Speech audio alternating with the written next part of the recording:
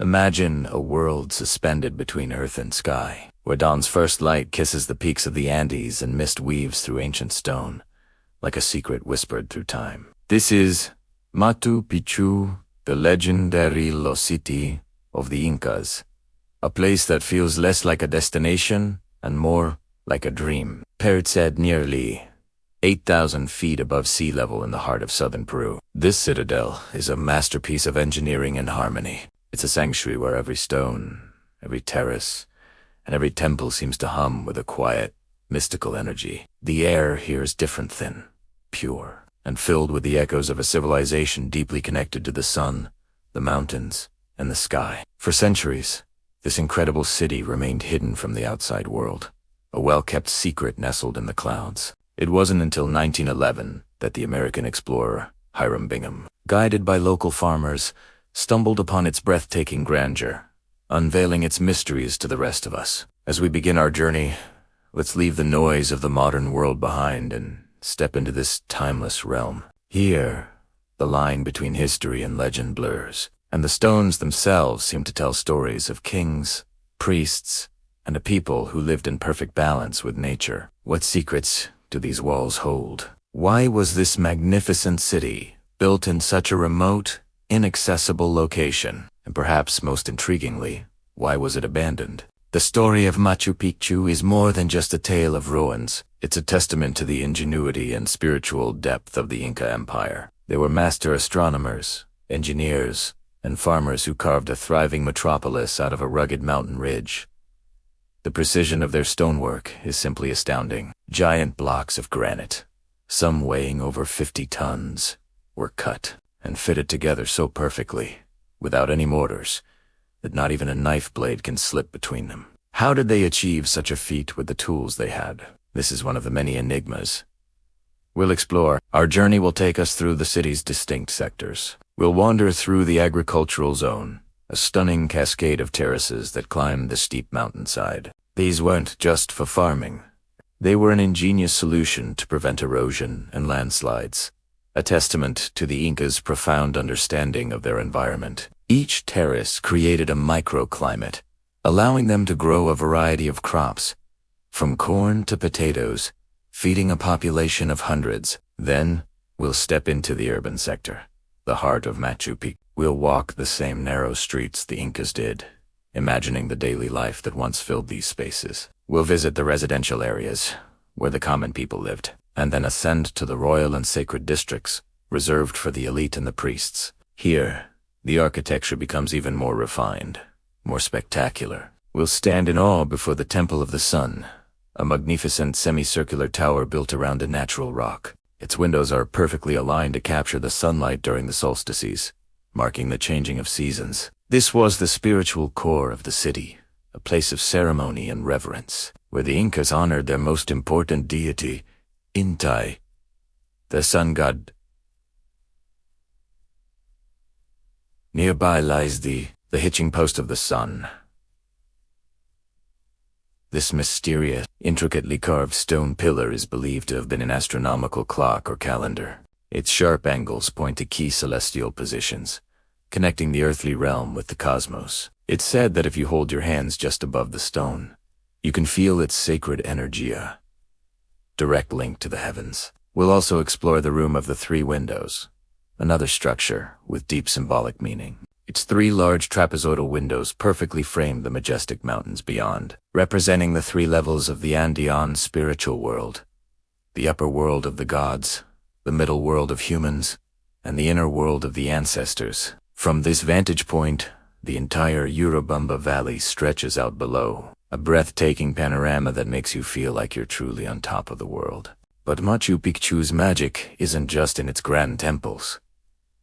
It's in the small details, too. The complex network of water channels and fountains that still functions today, providing fresh water throughout the city. The carefully designed doorways and niches that adorn the walls. Every element had a purpose, a meaning, a place within a grand, cosmic design. As we delve deeper, we must confront the central mystery.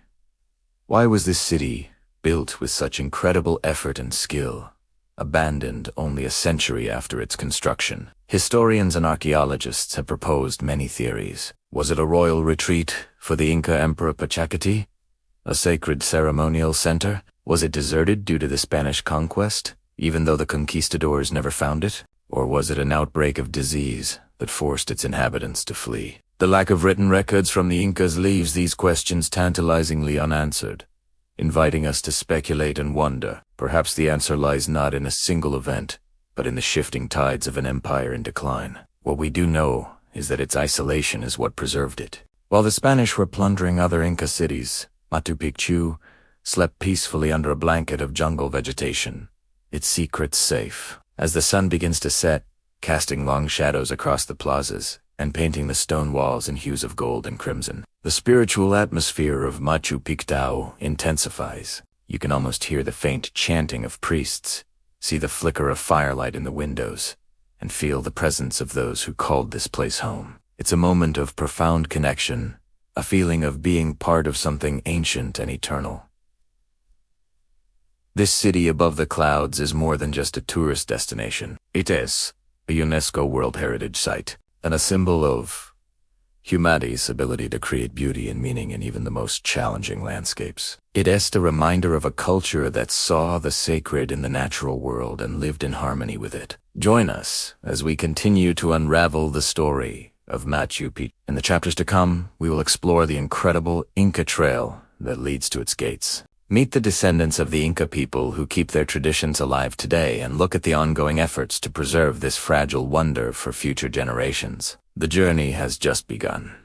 Thank you for watching. If you're captivated by the mystery of Machu Picchu, don't forget to like, subscribe, and hit the notification bell so you don't miss the next part of our adventure. We'd love to hear your thoughts and theories in the comments below. Until next time, keep exploring. Welcome back to our series on the wonders of the ancient world. Last time, we got a glimpse of the Inca civilization's beginnings. Today, we're diving deep into the Inca Empire at the absolute zenith of its power, a period of incredible expansion, innovation, and cultural brilliance. This is Chapter 2, the Inca Empire at its height. Picture this, an empire stretching over 2,500 miles along the spine of South America, the majestic Andes Mountains. From modern-day Colombia down to Chile, this vast territory, known as Tawantinsuyu, or the Four Regions, was one of the largest and most sophisticated empires of its time. How did they manage such a sprawling domain? The answer lies in their remarkable social structure, economy, and infrastructure. Let's start with society. Inca societies was a highly organized pyramid. At the very top was the Sapa Inca, the emperor, who was considered a living god, a descendant of the sun god Inti. He held absolute power. Below him were the nobility, which included his relatives and other high-ranking officials who served as governors, priests, and military leaders. Then came the common people, the heart and soul of the empire. They were organized into family units called Aya. Each Alu worked a piece of land collectively, and in return for the right to farm for themselves, they were required to pay taxes. But these weren't taxes in the way we think of them today. The Inca economy didn't use money. Instead, their system was based on reciprocity and labor. The tax, known as the meta, was a labor tax. Every able-bodied man had to work for the state for a certain period each year. This labor force was the engine that built the empire's incredible cities, its massive agricultural terraces, and its legendary road system. In exchange, the state provided for its people. They distributed food and clothing and provided support during times of famine or disaster. It was a complex system of give and take that bound the empire together. This system fueled an agricultural powerhouse. The Incas were master farmers. They carved step-like terraces, called andins, into the steep mountainsides. These terraces created flat land for farming, prevented soil erosion, and had sophisticated irrigation channels that brought water from mountain springs. They grew a variety of crops, but the most important were potatoes and maize, which thrived at different altitudes. To manage their harvests, they used Kipu's intricate, knotted strings as a complex system for recording data, like a spreadsheet made of wool and cotton. Now, how do you connect a 2,500-mile-long empire nestled in some of the world's most challenging terrain? You build one of the greatest engineering feats in human history. The Inca road system, Orca Chapacanyan. This network spanned over 25,000 miles, rivaling the Roman road system. It wasn't just a single road, it was a web of pathways, some paved with stone, others cut directly into the mountainside. It included suspension bridges made of woven grass that spanned deep canyons and stairways that climbed impossibly steep slopes. These roads were the arteries of the empire. They allowed for the rapid movement of armies, administrators, and goods, but they were mainly for official use.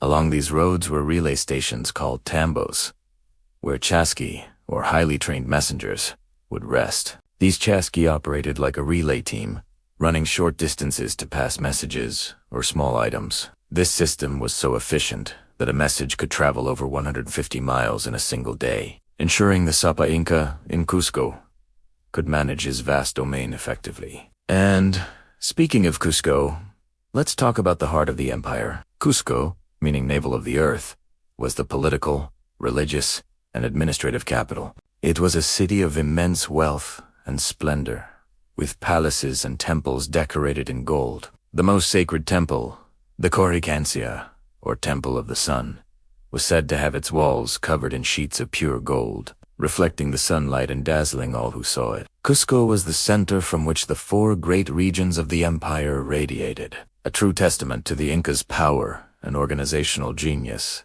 It was during this golden age, around 1450 CE, under the rule of one of the greatest emperors, Pachacuti, that one of the world's most iconic sites was built. Machu Picchu. Pachacuti was a visionary leader who dramatically expanded the empire and initiated a massive building program. Machu Picchu is believed to have been constructed as a royal estate or a sacred religious site for him and the Inca elite. Nestled high in the Andes, its purpose has long been debated.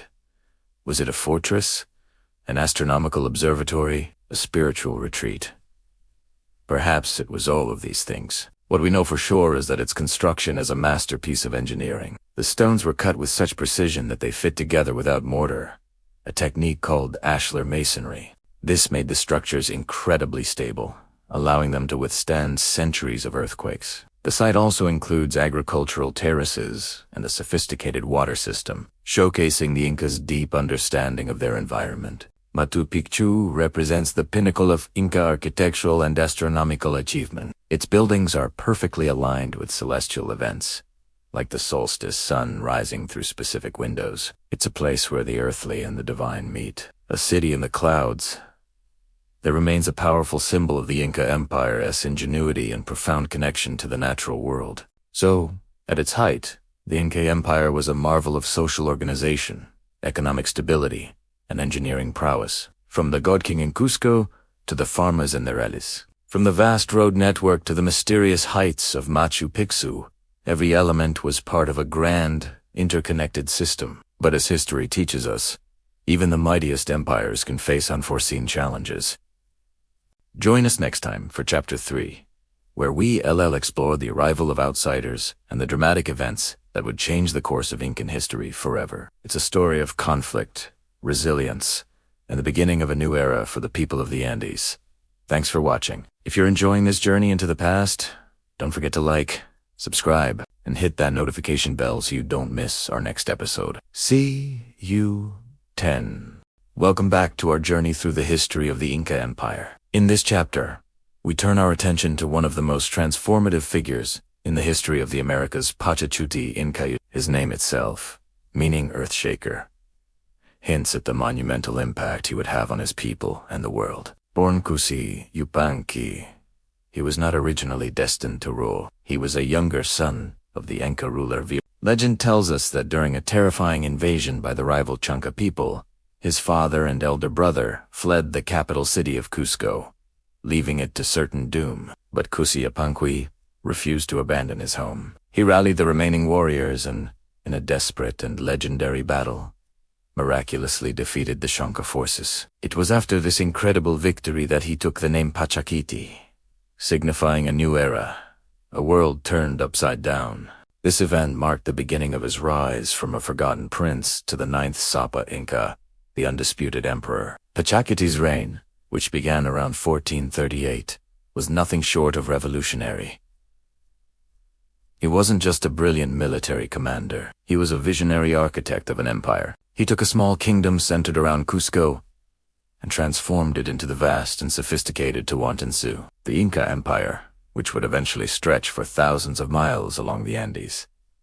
His military genius was undeniable. Pachacuti led campaigns that vastly expanded the empire's borders, conquering neighboring tribes and incorporating them into the Inca state. But unlike many conquerors, his strategy wasn't just about brute force. He was a master of diplomacy and administration. When a new territory was brought under Inca control, he would often allow local leaders to retain a degree of power, as long as they pledged loyalty to the Sapa Inca and adopted Inca customs and religion. He understood that integration, not just domination, was the key to a stable and lasting empire. This brings us to his administrative genius. Pachacuti is credited with completely reorganizing the Inca government and society. He divided the empire into 4 great provinces, or sayas, with Cusco, the navel of the world, at their center. He established a complex bureaucracy with officials at every level, ensuring that tribute was collected,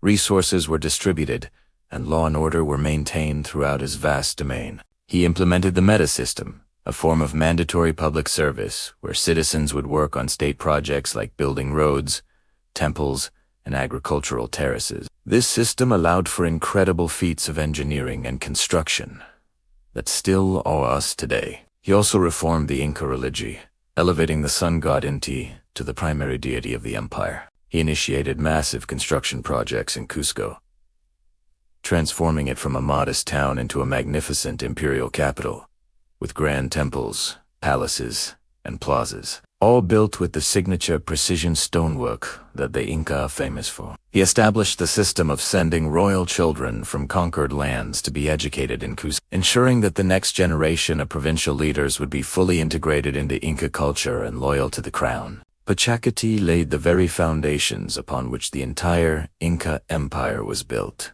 But beyond the battlefield and the halls of government, Pachacuti was a man with a profound spiritual vision. He dreamed of a place that was both a fortress and a sanctuary, a royal estate hidden away from the world, a sacred retreat nestled among the dramatic peaks of the Andes. He envisioned a place where the Inca royalty could connect with the heavens, where the mountains met the sky, a testament to his power and his devotion to the gods. This wasn't just a passing fancy. It was a deeply held conviction. The mountains, or Apis, were powerful deities in the Inca worldview, and Pachacuti sought a location that embodied this sacred geography. He wanted a place that was both defensible and spiritually potent, a private haven for him and his lineage, far from the political turmoil of Cusco. He sent out scouts to search the rugged Vilcabamba mountain range for the perfect location, a place that would match the grandeur of his vision. And they found it, on a high ridge, flanked by the soaring peaks of 2 sacred mountains, and encircled by the winding Urubamba River. They discovered the site that would become legendary. It was here, in this breathtaking and almost inaccessible location, that Pachacuti's dream would be carved into stone. This vision was the genesis of one of the most iconic and mysterious places on Earth, a wonder of the world that continues to capture the imagination of millions. The creation of this estate was a monumental undertaking, a true test of Inca engineering and willpower. Thousands of workers, under the meta system, were marshaled for the project. They had to terrace the steep mountainsides for agriculture, quarry massive granite blocks from the mountains, and transport them to the construction site without the use of wheels or draft animals. They expertly cut and fitted these enormous stones together with such precision that not even a knife blade can fit between them. They built temples aligned with the sun and stars, royal residences, common quarters for staff, and sophisticated water channels that brought fresh water from mountain springs into the heart of the city. Every aspect of its design reflected the Incas' deep understanding of astronomy, engineering, and their natural environment. This was not just a collection of buildings. It was a carefully planned ceremonial center, an astronomical observatory, and a private royal retreat all in one. It was the physical manifestation of Pachacuti's power, vision, and piety. It was his masterpiece. This sacred royal estate, born from the dream of the Earth Shaker, is a place you almost certainly know by another name: Machu Picchu. It stands today as the most enduring legacy of Pachacuti's reign, a silent, stone testament to the ambition and genius of the man who transformed a small kingdom into one of the greatest empires the world has ever known. Pachacuti's impact cannot be overstated. He was the Alexander the Great and the Julius Caesar of the Andes, a military, politico, and spiritual leader who didn't just expand an empire but fundamentally created it. His reforms, his conquests, and his incredible vision set the stage for the golden age of the Inca. From the laws that governed the land to the temples that touched the sky, his influence was everywhere. He was truly the earthshaker, a man who reshaped his world. Thank you for joining us for this chapter. I hope you now have a deeper appreciation for the visionary Emperor Pachacuti and the incredible story behind the creation of Machu Picchu. Don't forget to like, subscribe, and hit that notification bell so you don't miss our next chapter, where we'll explore the daily life and culture of the Inca people. See you next time. Ever looked at a picture of Machu Picchu and just thought, wow, how on earth did they build that? I mean, it's perched on a narrow ridge, nearly 8,000 feet up in the Andes Mountains. It's surrounded by steep cliffs and dense jungle. Getting there today is a journey. So imagine trying to build a whole city there over 500 years ago, without modern machinery, without even wheeled vehicles. It sounds impossible, right? Well, today we're diving into Chapter 4 of our series, Building the Unwind. We're going to uncover the incredible engineering secrets of the Inca and find out how they pulled off one of history's greatest architectural feats. First, let's talk about the location itself. Why build a city in such a remote and challenging spot? The Inca chose this place for a reason. It was sacred, perfectly aligned with the sun and surrounding holy mountains, but it was also a logistical nightmare. The area is prone to earthquakes and heavy rainfall, so before they could even lay a single stone, the Inca had to stabilize the entire mountain ridge. They constructed an extensive system of over 600 agricultural terraces. These weren't just for growing crops like maize and potatoes. These terraces were a brilliant engineering solution. They shored up the mountainside, prevented landslides, and created level ground for building. They also acted as a sophisticated drainage system, channeling the heavy rainwater away from the city's foundations. The Incas basically reshaped the mountain to suit their needs. Now, for the part that leaves everyone speechless, the stonework. If you look closely at the walls of Machu Picchu, you'll see massive granite blocks, some weighing over 50 tons, fitted together so perfectly that you can't even slide a credit card between them. And the most mind-blowing part, they did this without using any mortar. This technique is called ashlar masonry. It's not just beautiful. It's also incredibly practical. In an earthquake-prone region, these mortar-free walls could dance during a tremor and then settle back into place without collapsing. This is a level of seismic-resistant construction that modern engineers truly admire. So, how did they cut these massive stones with such precision? The Inca didn't have iron or steel tools. Their secret weapons were harder stones and natural resources. They would use bronze tools, river cobbles, and even obsidian to painstakingly pound and grind the granite blocks into shape. One common theory is that they used a technique of pecking and abrasion. They would find a natural fracture line in a large rock, then repeatedly strike it with smaller, harder hammers. It was a slow, laborious process that required immense patience and skill. Another technique might have involved using wet sand and wooden or bronze wedges.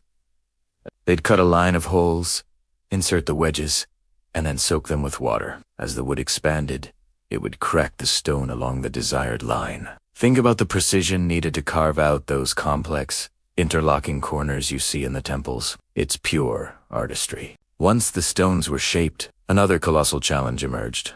How do you move a 50-ton block of granite up a steep mountainside? Remember, no wheels, no draft animals like horses or oxen. The answer lies in sheer human power and ingenuity. The main quarry was right there on the site, which was a smart move, but some stones still had to be moved significant distances. The Inca likely used a combination of log rollers, earthen ramps, and massive teams of workers. Picture hundreds of men pulling on thick ropes made from grass or llama fibers. Slowly, painstakingly dragging a single massive stone up a carefully constructed ramp. It would have been an incredible display of organized labor and raw strength, a testament to what a unified community can achieve. This brings us to the social system that made all of this possible.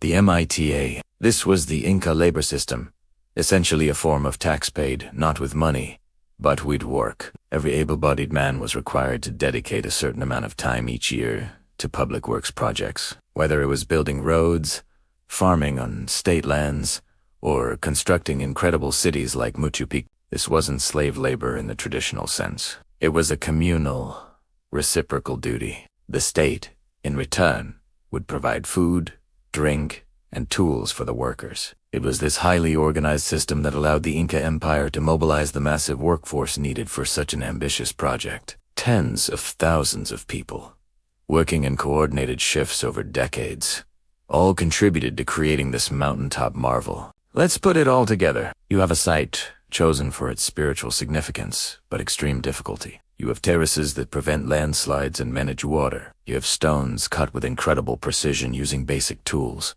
and then fitted together to withstand earthquakes. And you have it all moved and assembled by thousands of people working together under the MITA system. Each piece of this puzzle is impressive on its own, but when you combine them, you start to understand the genius of the Inca. They weren't just builders, they were master planners, geologists, hydrologists, and civil engineers. They worked with nature, not against it, harnessing its power and respecting its challenges. When you look at the Temple of the Sun, with its perfectly curved wall built around a natural rock, or the Intihuatana Stone, carved from the bedrock itself to track the sun, you're not just seeing old ruins. You're seeing a deep understanding of astronomy, a mastery of stonework, and an incredible feat of human willpower. Machu Picchu wasn't just built on a mountain, it was built into the mountain. It's a seamless fusion of human creation and the natural landscape. The story of its construction is as awe-inspiring as the city itself. It reminds us that with ingenuity, organization, and a shared purpose, humanity can achieve the seemingly impossible. It truly is a city in the clouds, built by hands and hearts that dared to dream big. Thanks so much for joining me on this deep dive into the engineering of Machu Picchu. It's a topic that just blows my mind every time I think about it. If you enjoyed this video and want to learn more about the ancient world's most incredible achievements, make sure to hit that like button and subscribe to the channel. Let me know in the comments what part of Machu Picchu's construction amazes you the most. We'll see you in the next chapter. Thanks for watching. Hey everyone, and welcome back to our journey through the incredible world of the Inca Empire. In our last chapter, we marveled at their road systems and communication networks. Today, we're diving even deeper into something that was at the very core of their existence, their profound connection with nature. This is Chapter 5. Harmony with Nature. For the Inca, the world wasn't just a place to live, it was alive. The central figure in their spiritual world was Pachamama, or Mother Earth. She was the provider of all life, the source of food, water, and shelter.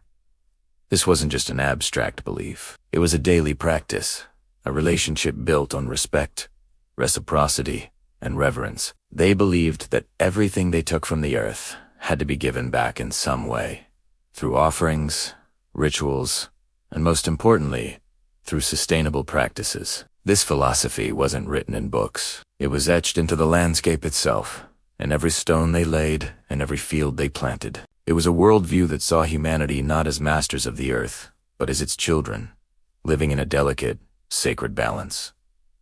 This concept of ani, or reciprocity, was fundamental. If you take, you must give. This understanding shaped every aspect of their society, from farming to architecture. So, how did this deep respect for Pachamama translate into practical, everyday life? Well, you can see it most spectacularly in their agricultural engineering. Imagine trying to farm on the steep, rugged slopes of the Andes Mountains.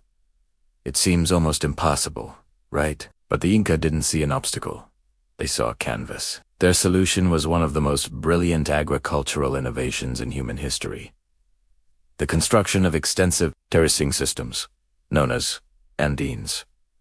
These weren't just simple steps cut into the mountainside. They were sophisticated, multi-layered structures designed with incredible precision. Each terrace had a base layer of larger stones for drainage, followed by layers of gravel, sand, and finally, rich topsoil, often brought up from the fertile valley floors below. This meticulous layering system served multiple crucial purposes.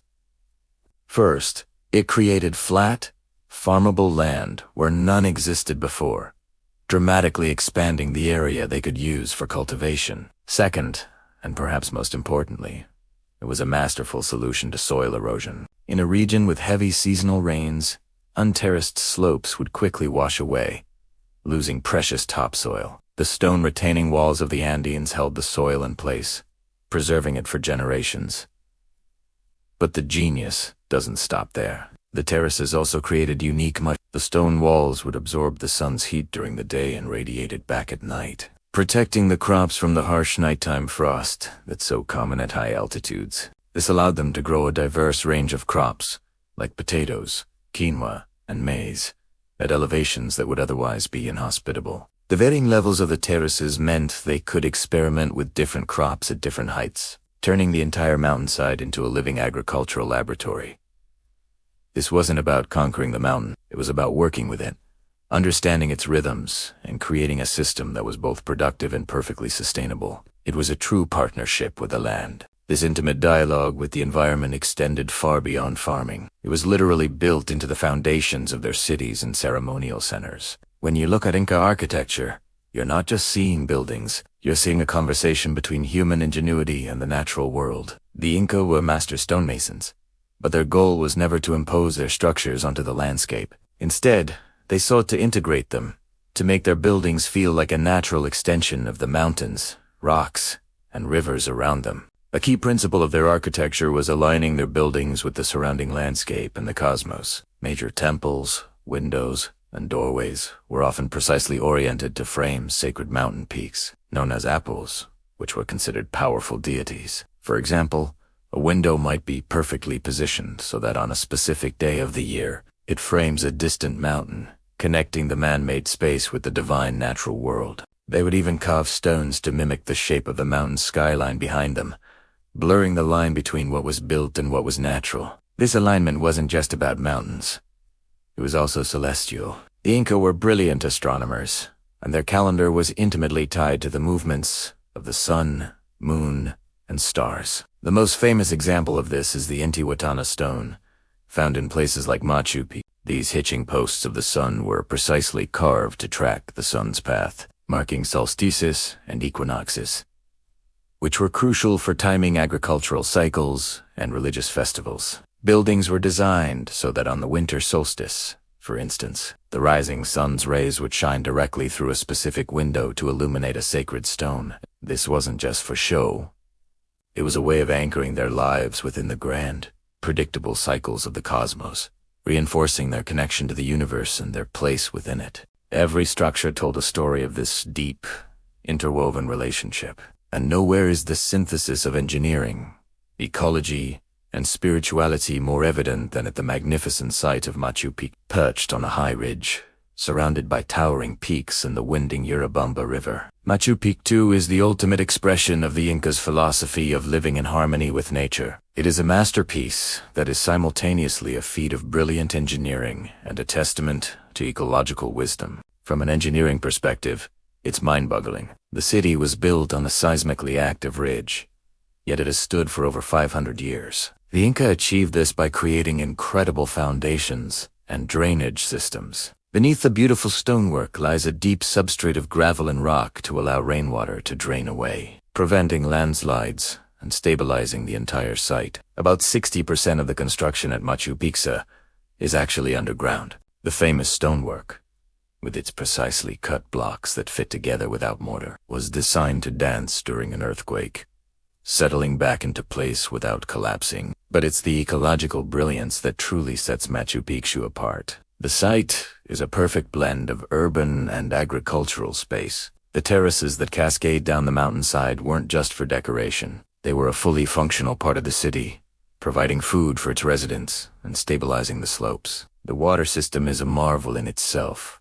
A natural spring was located, and from it, the Inca engineered a 750-meter-long canal that descends through the city, supplying a series of 16 fountains with fresh water, accessible to all inhabitants. The entire layout was designed to follow the contours of the land, with buildings seamlessly integrated into the rocky outcrops. Some walls incorporate a natural boulder as part of their structure, making it hard to tell where nature ends and construction begins. Machu Picchu wasn't built to dominate the landscape. It was built to honor it.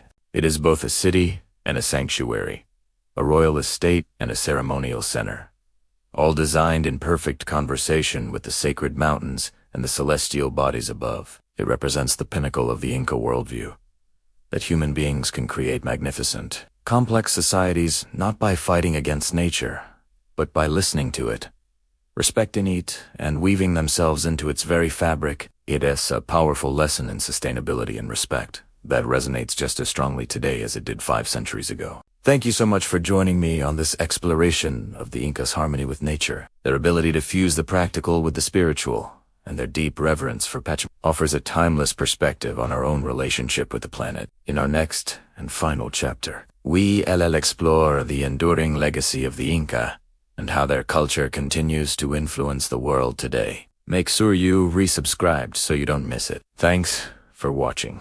Welcome back to our journey through the wonders of Machu Picchu. In this chapter, we're exploring the sacred heart of the city, its incredible architecture and design. It's here, carved into the very mountains, that we can truly understand the spiritual world of the Inca. Machu Picchu wasn't just a random collection of buildings. It was a masterfully planned city divided into 3 distinct sectors. First, you have the agricultural sector, those famous terraces we've talked about, which fed the city and stabilized the mountainside. Then there's the residential sector, where the everyday people, the nobility, and the priests lived their lives. But today, our focus is on the third and most revered area, the sacred sector. This was the spiritual and ceremonial nucleus of Machu Picchu, a place where the earthly and the divine came together. As you walk from the residential area into the sacred sector, the quality of the stonework visibly changes. It becomes more refined,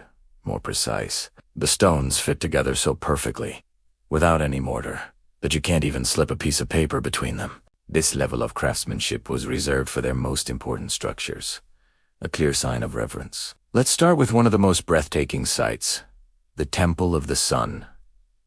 This is a rare, semicircular building in the Inca world, built around a massive, natural granite rock. The walls have 2 windows, and they aren't just for looking out. They are precisely aligned to capture the rising sun during the June and December solstices. Imagine being here at dawn on those days, seeing the first rays of light stream through the window and illuminate the sacred rock inside. It was a celestial clock, a way for the Inca to mark the changing seasons, crucial for their agricultural cycles and religious festivals. This temple was a direct connection to Inti, the sun god, their most powerful deity. Beneath the Temple of the Sun lies another fascinating feature, often called the Royal Tomb.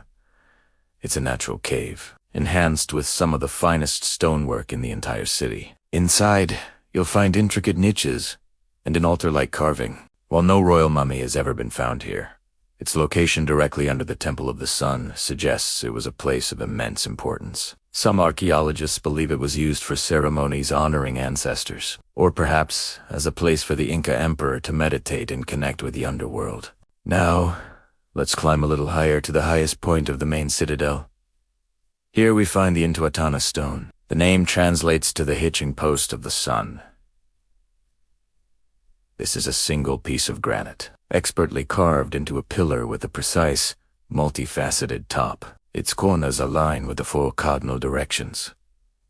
During the equinoxes, when the day and night are of equal length, the sun stands directly above the pillar at midday, casting no shadow at all. At this moment, the Inca believed the sun was hitched to the stone, ensuring its return and the continuation of life. It's an astronomical observatory and a spiritual monument, all in one, a tangible link between the earth and the heavens. It's so powerful and so symbolic. These sites, the Temple of the Sun, the Royal Tomb, and the Intihuatana, weren't just architectural marvels. They were physical representations of the Inca cosmology. The Inca believed in a universe divided into 3 realms: The world above, or Henan Pasha, was the home of the gods, represented by the condor. The earthly realm, Ke Pasha, was the world of the living, represented by the puma, and the world below, Uku Pasha, was the underworld and the realm of ancestors, represented by the serpent.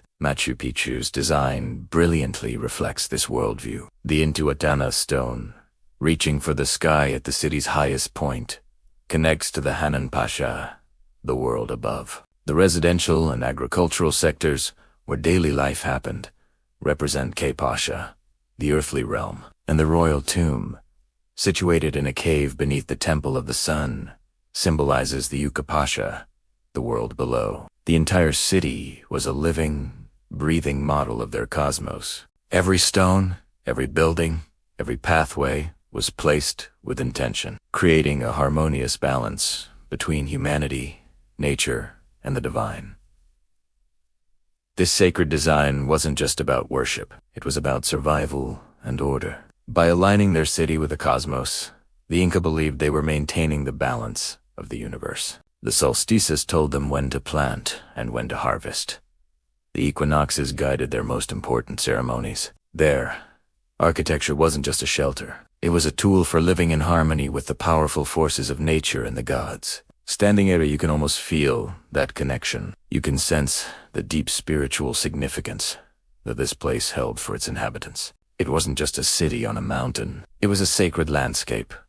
A place where the physical and spiritual worlds were woven together in a beautiful, intricate tapestry of stone and faith. Thanks for joining me on this deep dive into the sacred architecture of Machu Picchu. There's still so much more to uncover about this incredible civilization. Make sure you subscribe and hit that notification bell so you don't miss our next chapter. See you 10. Welcome back to our journey through the wonders of the ancient world. Today, we're climbing high into the Andes Mountains, to the heart of the Inca Empire, to uncover the secrets of one of Machu Picchu's most enigmatic structures, the Intihuatana Stone. What is this mysterious carved pillar? And why was it so important to the people who built this city in the clouds? Let's find out. Perched at the highest point of Machu Picchu's main urban sector, the Intihuatana Stone immediately captures your attention. Carved from a single piece of granite bedrock, it's a masterpiece of Inca stonework. Its name, in the Quechua language, translates to the hitching post of the sun. This poetic name hints at its profound connection to the cosmos and the most important deity in the Inca pantheon, Inti, the sun god. But this wasn't just a symbolic name, it was tied to a powerful belief. The Incas believed that during the winter solstice, the shortest day of the year, the sun was at its weakest and farthest away.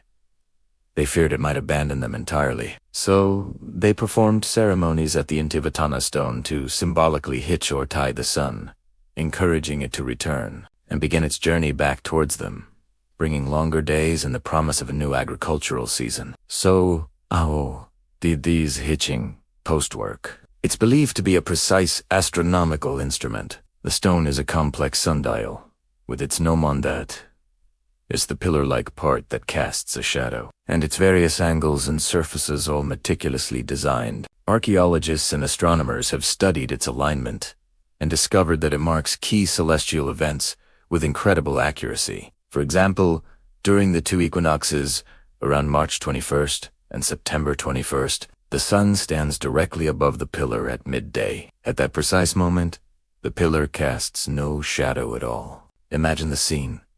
The high priest, surrounded by the community, watching as the shadow disappears. A moment of perfect balance between day and night. A clear signal from the heavens. This event would have been a powerful confirmation of cosmic order and a signal for important agricultural activities. But the Intihuatana's genius doesn't stop there. The stone's corners are also believed to align with the points on the horizon where the sun rises and sets during the solstice. During the June solstice, the winter solstice, in the southern hemisphere, the sun would rise and set at specific points aligned with the stone. Priests could observe these positions and predict the exact date of the solstice. This wasn't just about ceremony, it was a matter of survival. Knowing the precise timing of the solstices and equinoxes was crucial for the Inca agricultural calendar. It told them when to plant their crops, when to harvest, and when to prepare for the changing seasons. The Intihuatana was, in essence, a sacred clock and calendar, linking the divine will of the cosmos to the practical needs of the people. It was a physical manifestation of the Incas' deep understanding of astronomy, a testament to their ability to read the sky like a book. The spiritual significance of this place cannot be overstated. The Incas saw themselves as children of the sun, and their connection to Inti was central to their identity and power. The Intihuatana Stone was a direct link to their primary god. It was a place where the earthly and celestial realms met. Priests would conduct rituals here, offering prayers and sacrifices to ensure the sun's continued favor, which in turn guaranteed the prosperity and stability of the entire empire. The stone itself was considered intensely sacred. It was a focal point of spiritual energy. Even today, many visitors to Machu Picchu report feeling a unique energy or vibration when they are near the stone, placing their hands just above its surface to feel its power. While we can't scientifically measure this, it speaks to the enduring mystique and profound spiritual atmosphere the Incas created here. Sadly, the Intihuatana Stone at Machu Picchu is one of the very few that remain largely intact. When the Spanish conquistadors arrived, they saw such sacred objects as blasphemous and made a concerted effort to destroy them throughout the Inca Empire. They systematically dismantled Intihuatana stones in places like Cusco and other major Inca sites, seeking to erase the indigenous religion and impose their own. The fact that the stone at Machu Picchu survived is a miracle owed entirely to the fact that the Spanish never found the lost city. It remained hidden from the outside world for centuries, preserving this priceless piece of Inca cosmology and science for us to study and admire today. It's a silent witness to a destroyed civilization, a final, defiant link to the sun. In 2000, the stone suffered a tragic accident. During the filming of a beer commercial, a crane fell and chipped a small piece off the tip of the gnomon. This incident caused an international outcry and highlighted the fragility of our World Heritage Sites. It served as a stark reminder of our responsibility to protect these irreplaceable treasures. The damage, though small, is a permanent scar on this sacred object, a modern chapter in its long and storied history. It underscores the need for respectful tourism and careful preservation, ensuring that future generations can also stand in awe of the Inca's genius. The Intihuatana Stone is so much more than just a carved rock. It is a sundial, a calendar, an altar, and a symbol of a lost worldview. It represents the pinnacle of Inca astronomical knowledge, their spiritual devotion, and their intricate connection to the natural world. It shows us that for the Incas, science and religion were not separate. They were two sides of the same coin, both used to understand their place in the universe. Standing before it, you can almost feel the weight of centuries, hear the echoes of ancient chants, and imagine the Inca priests looking to the sky, confident in their ability to hitch the sun and secure the future for their people. It's a powerful testament to human ingenuity and our eternal quest to understand the cosmos. Thank you for joining me on this exploration of the Intihuatana Stone. What do you think its greatest secret is? Let me know in the comments below. Don't forget to like, subscribe, and hit that notification bell so you don't miss our next adventure into the past. Until next time, keep exploring. Welcome back to our journey through the wonders of the ancient world. Today, we're diving deep into Chapter 8, the Royal Retreat. We're exploring one of the most compelling theories about Machu Picchu, that it was a private estate, a secluded mountain sanctuary for the great Inca Emperor Pachacuti. Imagine this. You're the ruler of a vast and powerful empire. The Cepa. Inca. Your capital. Cusco is a thriving, bustling metropolis, the political and religious heart of your domain. But even an emperor needs a place to escape, to reconnect with nature and the divine. Evidence strongly suggests that Machu Picchu was exactly that place for Pachacuti. It wasn't a fortress in the military sense, or a bustling city for the masses. Instead, it was an exclusive haven, a place of rest, reflection, and royal ceremony. So, who lived in this incredible sky-high palace? Archaeologists have identified specific structures within Machu Picchu that were clearly designed as residences for the elite. These weren't just simple huts. They were finely crafted stone buildings, positioned in the most desirable locations with the best views. We can picture the Inca nobility, the highest-ranking priests, and their trusted attendants living here, serving the emperor during his stays. The quality of the stonework in these residential areas is a dead giveaway. The finest, most perfectly fitted stones were reserved for temples and the homes of the most important people. When you walk through these sectors, you can almost feel the presence of the Inca court, their daily lives playing out against a backdrop of breathtaking mountain scenery. One of the most defining features of Machu Picchu is its profound sense of peace. Think about the contrast with Cusco. Cusco was the center of everything politics, trade, military planning, and massive religious festivals. It would have been loud, crowded, and full of the pressures of running an empire. Machu Picchu, on the other hand, is nestled among sacred peaks, often shrouded in mist, with the sound of the Urubamba River echoing up from the valley below. It's a world away from the hustle and bustle. This deliberate separation created an atmosphere of tranquility, making it the perfect place for an emperor to unwind, to think, and to engage in private, spiritual practices. The journey itself, a multi-day trek along the Inca Trail, would have been part of the experience, a pilgrimage that stripped away the cares of the capital and prepared the soul for the serenity of the estate. Now, let us talk about one of the most ingenious and spiritually significant aspects of Machu Picchu: its incredible water system. Water was sacred to the Inca. It was seen as a life-giving, purifying force, a direct connection to the spiritual world. And at Machu Picchu, they engineered a masterpiece to honor it. A spring from high on the mountain was channeled through a precisely constructed stone canal, over half a mile long. This canal feeds a series of 16 interconnected fountains, known as the Stairway of Fountains. These weren't just for drinking water. They were an integral part of daily ritual. The fountains cascade from one level to the next, creating a soothing sound that fills the air. Each fontaine, or paca, is a small, beautifully carved basin. It is believed that the emperor and other high-ranking individuals would have used these for ritual bathing and spiritual purification. Imagine Pachacuti himself, starting his day with a ritual cleansing at these sacred fountains, the cool mountain water washing away impurities and preparing him for his duties. This system is a testament not just to their incredible engineering skills, but to the deep spiritual beliefs that were woven into every aspect of their lives. The water system at Machu Picchu is the lifeblood of the site, both literally and spiritually. When you piece all this evidence together, the high-quality residential buildings for nobles, the deliberate isolation from the busy capital, and the intricate system of fountains for ritual purification, a clear picture emerges.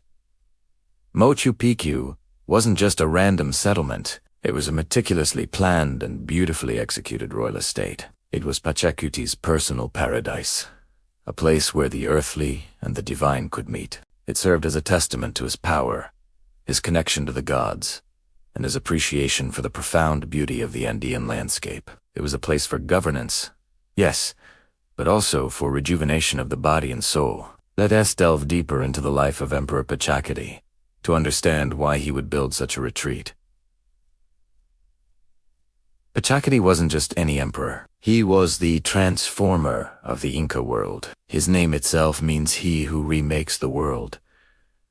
He's credited with expanding the kingdom of Cusco into the vast Inca Empire, or Tawantin. He was a brilliant military strategist, a visionary urban planner who reshaped Cusco, and a profound religious reformer. A man with such immense responsibilities and a vision that transformed a continent would have deeply understood the need for a place of spiritual and mental renewal. Machu Picchu can be seen as the physical manifestation of his worldview. The harmony between the man-made structures and the natural environment is perfect. The buildings don't dominate the landscape. They complement it, almost growing out of the mountain itself. This reflects the Inca belief in the sacredness of nature, where mountains, rivers, and rocks were all imbued with divine energy. For Pachacuti, building this estate would have been an act of piety, a way of honoring the powerful mountain spirits, or apis, that surrounded it. Peaks, like Huayna Picchu and the eponymous Machu Picchu mountain, were considered sacred deities. Placing his personal retreat in their embrace was a powerful statement of his connection to these forces. The types of activities that would have taken place here further support this theory. Beyond just relaxation, Machu Picchu was likely a site for important private ceremonies. Astronomical observatories like the Intihuatana Stone suggest that the emperor and his priests were deeply engaged in tracking the sun, moon, and stars. These observations were crucial for the agricultural calendar and for determining the timing of religious festivals. Important decisions of state might have been made here, away from the prying eyes and political intrigue of the court in Cusco. It was a place where the emperor could consult his priests and his gods in a sacred, controlled environment. Furthermore, the site includes agricultural terraces that are masterpieces of engineering. While they provided food for the residents, they were also likely experimental farms. The different levels of terraces create unique microclimates, allowing the Inca to test and cultivate various crops at different altitudes. This scientific aspect adds another layer to our understanding of Machu Picchu. It wasn't just a place of leisure and religion. It was also a center for knowledge and innovation, all under the direct patronage of the emperor. Think of it as the ultimate imperial compound. It had luxurious living quarters, sacred temples, a direct line to the cosmos through its observatories, a purifying water supply, and even its own food source, an agricultural research station. It was a self-sufficient world, designed for the Sapa Inca and his entourage. So when we look at the breathtaking photos of Machu Picchu today, let's see it through this lens. It's not a lost city in the sense of being forgotten. It was intentionally hidden, a private sanctuary known only to the Inca elite. It was a place where the most powerful man in the Americas could connect with his gods, rule his empire from a place of serenity, and leave behind a legacy carved not just in stone, but into the very heart of the Andes. This royal retreat theory transforms Machu Picchu from a mysterious ruin into the intimate and personal world of one of history's greatest emperors. It was Pachacuti's heaven on earth. Thanks for joining me on this exploration of Machu Picchu. As a royal retreat, the evidence is truly fascinating and paints a vivid picture of life at this incredible site. If you enjoyed this video, please give it a thumbs up and subscribe to the channel for more journeys into the ancient world. Don't forget to hit the notification bell so you won't miss our next chapter. See you next time. Welcome back to our journey through the wonders of the ancient world. Today, we're exploring Chapter 9, Agriculture at the Edge of Heaven. We're heading high into the Andes to uncover how the Inca not only built a city in the clouds, but also sustained it. This is the story of Machu Picchu's ingenious agricultural system, a true marvel of engineering and ecological understanding. Let us start with the most striking feature you see as you approach the city. The agricultural terraces, or these aren't just pretty stone steps carved into the mountainside. They are a sophisticated solution to one of the biggest challenges of high-altitude farming: steep slopes and unstable soil. Each terrace was meticulously constructed. They have a base layer of large stones for drainage, followed by smaller gravel, then a layer of sandy soil, and finally, a top layer of rich, dark topsoil, often carried up from the fertile Urubamba River valley below. This layered design prevented soil erosion from the heavy mountain rains and created stable, flat surfaces for planting. Imagine the sheer effort required to build this, stone by stone, basket of soil by basket of soil, all at an altitude of nearly 8,000 feet. But the genius of the terraces goes even further. They create think about it. The sun hits each terrace at a slightly different angle and for a different duration throughout the day. The stone walls absorb heat during the day and radiate it back at night, protecting the crops from the drastic temperature drops that are common in the Andes. This allowed the Inca to experiment and grow a variety of crops that might not otherwise survive at this altitude. The lower terraces, warmer and more sheltered, were likely used for crops like maize, while the higher, cooler terraces were perfect for different varieties of potatoes. It was essentially a vertical agricultural laboratory. Now, let's talk about the lifeblood of any farm: water. How did the Inca get water to these terraces clinging to a mountain ridge? Their water management system is nothing short of brilliant. They harnessed a natural spring located on the mountain above the city. From this spring, they engineered a canal, about half a mile long, that fed a series of 16 fountains descending through the city's urban sector. This provided fresh drinking water for the population, but the system didn't stop there. The runoff from these fountains, along with collected rainwater, was channeled into a complex network of smaller irrigation canals that snaked their way down to the agricultural terraces. The main drain of the city also fed into this irrigation system. Every drop of water was captured, managed, and used. This was a closed-loop system, a sustainable model that modern engineers still admire today. It ensured that even during dry spells, the crops would have the moisture they needed to thrive. So, what exactly were they growing in this sky-high garden? The primary crops were the staples of the Incan diet: maize, potatoes, and quinoa. Archaeological evidence shows that they cultivated over 100 different varieties of potatoes alone, each adapted to specific altitudes and conditions. Maize was a sacred crop, used not only for food but also for making chicha, a fermented ceremonial drink. But perhaps the most culturally significant crop grown here was the coca leaf. It wasn't a food source in the traditional sense. Coca leaves were, and still are, sacred in Andean culture. They were used in religious ceremonies as a mild stimulant to combat altitude sickness and fatigue, and as a medicinal plant. Finding coca at Machu Picchu confirms its importance as a high-status estate, as it was a crop typically controlled by the elite. The terraces weren't just about growing food, they were also about preserving the very mountain they were built on. The intricate structure of the Andes stabilized the entire mountainside, preventing landslides a constant threat in this seismically active and rainy region. In essence, the agricultural sector of Machu Picchu was also its primary structural support. The city and its food source were one integrated symbiotic system. The Inca weren't just building on the mountain, they were working with it, strengthening it, and making it productive. When you put all these pieces together, the multi-layered terraces creating microclimates, the sophisticated irrigation, capturing every drop of water, the diverse range of crops, and the dual function of agriculture and structural stabilization, you begin to see Machu Picchu in a new light. It wasn't just a ceremonial center or a royal retreat. It was a living, breathing, self-sufficient agricultural laboratory. It was a testament to the Incas' profound understanding of hydrology, geology, and agronomy. They were master ecologists, observing the patterns of sun, soil, and water, and designing a system that worked in perfect harmony with the challenging mountain environment. This deep connection to the land, this Pachamama, was central to the Incan worldview. They didn't see themselves as separate from nature, but as part of it. The agriculture at Machu Picchu is perhaps the most powerful physical expression of this belief. They didn't conquer the mountain.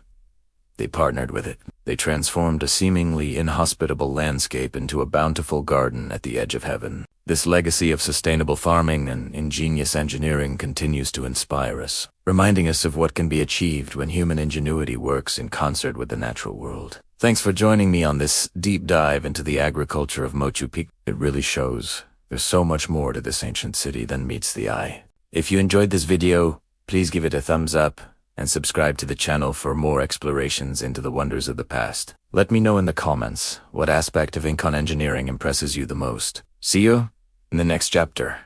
Welcome back to our journey through history's greatest mysteries. Today, we're stepping into the past, into the heart of the Andes, to explore Chapter 10, Daily Life in the Lost City of Machu Picchu. What was it really like to live in this breathtaking citadel perched among the clouds? Forget the image of an empty stone monument. Let's fill these silent plazas and terraces with the people who called this place home. Imagine waking up as the first rays of sun pierce the mist, painting the surrounding peaks in gold.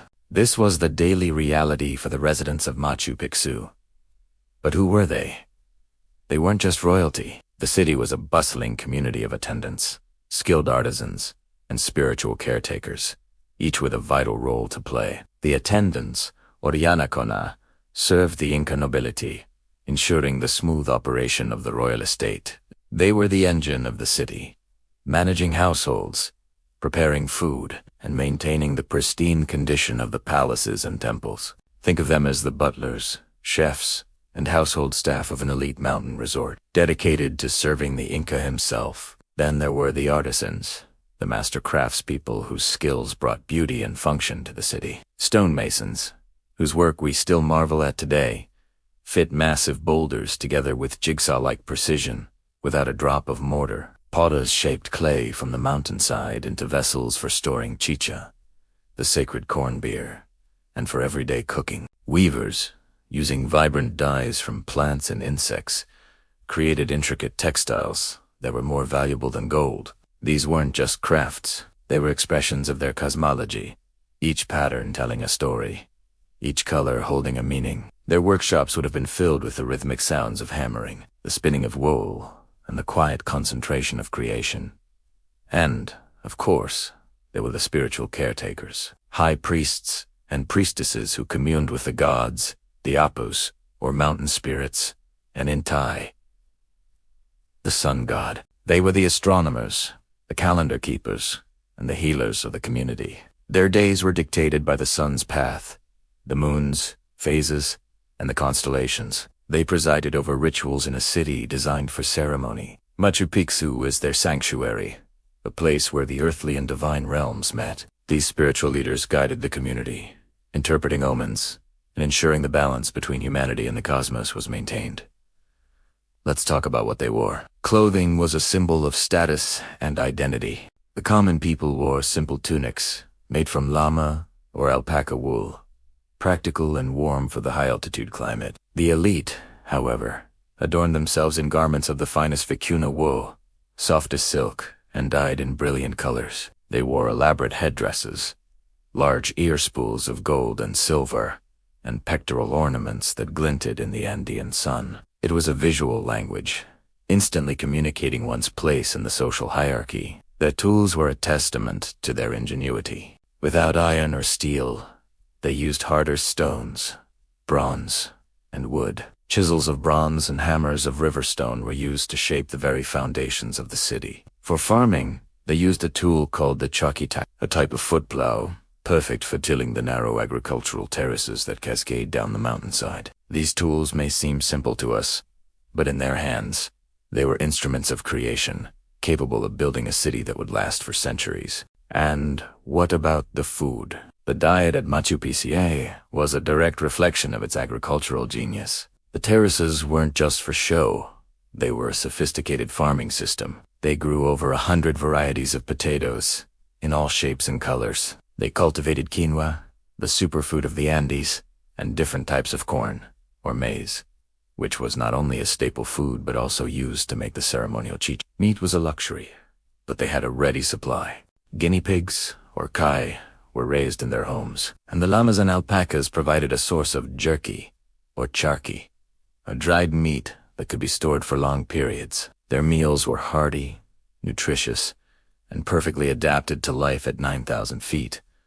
Ritual was woven into the fabric of everyday life. It wasn't something reserved for special occasions. Every act, from planting a seed to building a wall, had a spiritual component. They made offerings, or pagos a la tierra to Pachamama, Mother Earth, to ensure a good harvest. These could be simple offerings of coca leaves or chicha poured onto the ground. Larger ceremonies, dictated by the solar calendar, took place at the city's most sacred sites, like the Intihuatana Stone. This hitching post of the sun was used to track the solstices, signaling a time for great festivals of feasting, music, and dance that would echo through the stone plazas. Life was a continuous conversation with the divine. We can't talk about life in the Andes without mentioning their indispensable companions. The llamas and alpacas. These weren't just animals, they were partners. Llamas, the stronger of the two, were the beasts of burden. Imagine caravans of llamas, decorated with colorful tassels, gracefully navigating the steep Inca trails, carrying goods like textiles, pottery, and food to and from the city. They were the lifeblood of the Inca economy, connecting the mountain citadel to the rest of the vast empire. They were calm, resilient, and perfectly suited to the terrain. Alpacas, their smaller, fluffier cousins, were prized for their luxurious fleece. Their wool, soft and warm, was the raw material for the beautiful textiles that Inca were famous for. The herders who cared for these animals were respected members of the community, possessing a deep, ancestral knowledge of their behavior and needs. These camelids were more than just livestock. They were considered a gift from the gods. They appear in their art, their mythology, and were even sometimes sacrificed in important religious ceremonies, seen as a sacred link to the Apis. For a child growing up in Machu Picchu, a young llama or alpaca might have been their first friend, a constant, gentle presence in their mountain world. So, let's piece it all together. The quiet rhythm of life in the mountains. It begins with the sunrise.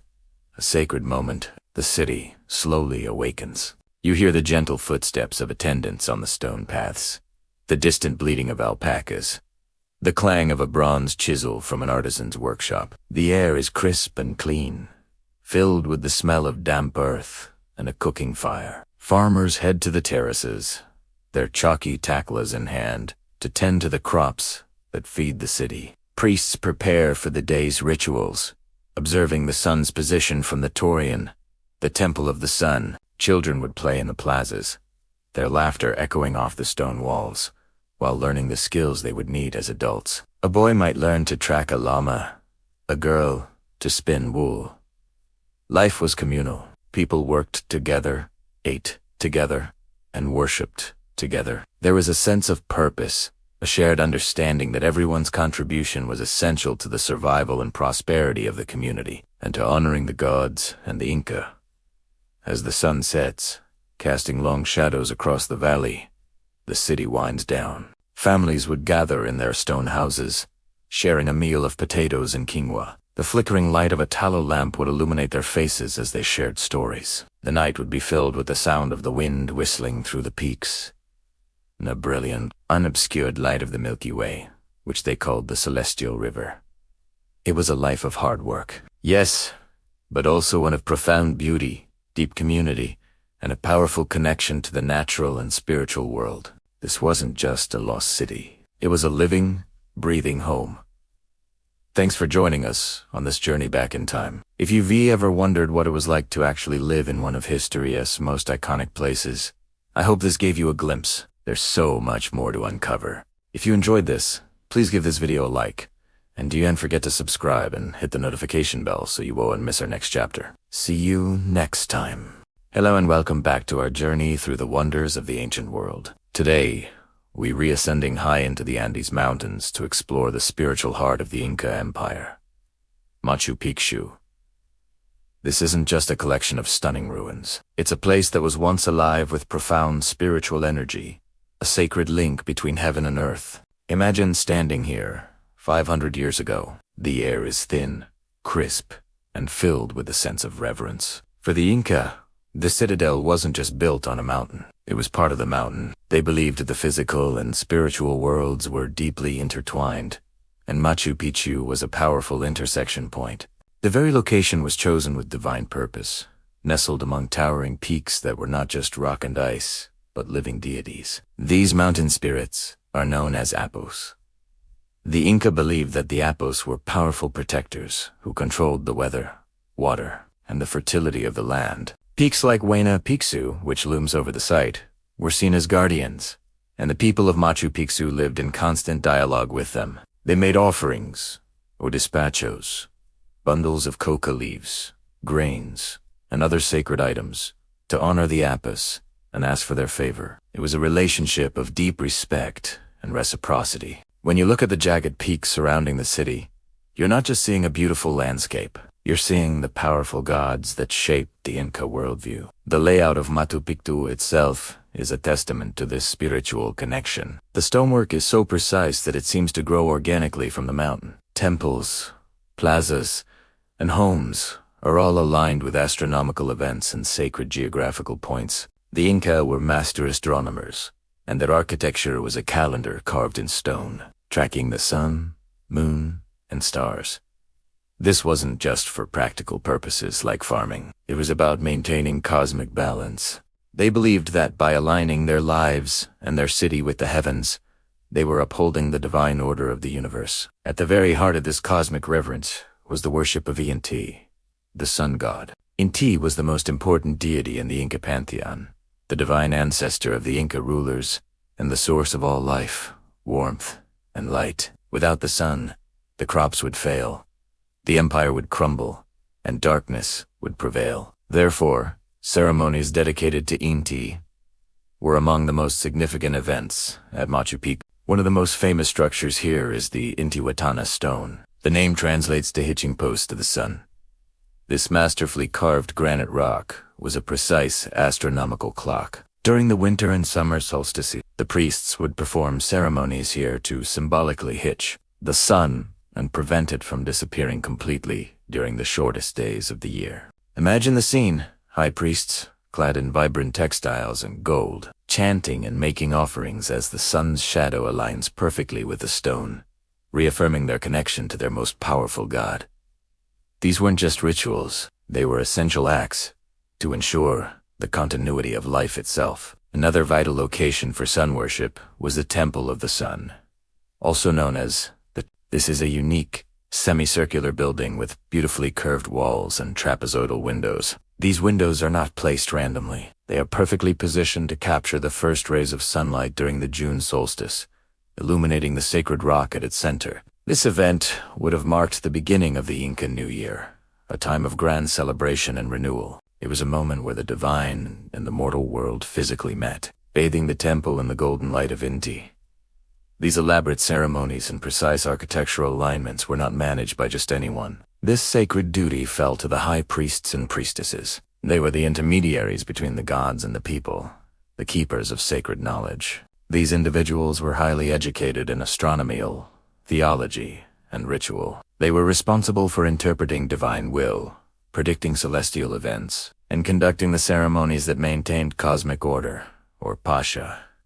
The high priest, the Willakumu, was often a close relative of the Sapa Inca, the emperor. His role was to ensure that the delicate balance between the human world, the natural world, and the divine realm was preserved. Through daily rituals, grand festivals, and personal piety, the spiritual leaders of Machu Picchu guided their community. They led processions through the plazas, made sacrifices at the altars, and read omens and the stars. Their lives were dedicated to service, ensuring that the empire remained in harmony with the cosmos. As we walk through these silent plazas and temples today, it's easy to see them as just ancient history. But if you listen closely, you can almost hear the echoes of chanting, the whispers of prayers to the Apis, and the joyful celebrations. For Inti, Machu Picchu was more than a city. It was a living, breathing sanctuary. It was a place where every stone, every ray of light, and every mountain peak was infused with sacred meaning. It was the spiritual heart of one of history's greatest empires, a testament to a people who lived in profound connection with the world around them. The spirituality of the Inca wasn't confined to temples.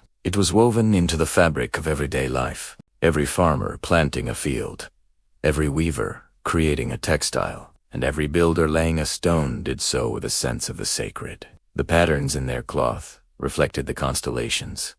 The terraced fields followed the contours of the mountain gods, and their food was a gift from Pachamama, the Earth Mother. This holistic worldview, where the divine is present in everything, is perhaps the most enduring legacy of Machu Picchu. Even after the fall of the Inca Empire, these beliefs didn't simply vanish. They blended with new faiths and continue to live on in the traditions of the Quechua people of the Andes today. Many still make offerings to the Apis and hold a deep reverence for the land. The spiritual heart of the Andes continues to beat. Thank you for joining me on this spiritual exploration of Machu Picchu. It's a place that reminds us that for some cultures, the line between the physical and the divine is not a line at all, but a beautiful, seamless dance. If you enjoyed this video, please give it a like, and don't forget to subscribe for more journeys into the past. We'll see you next time.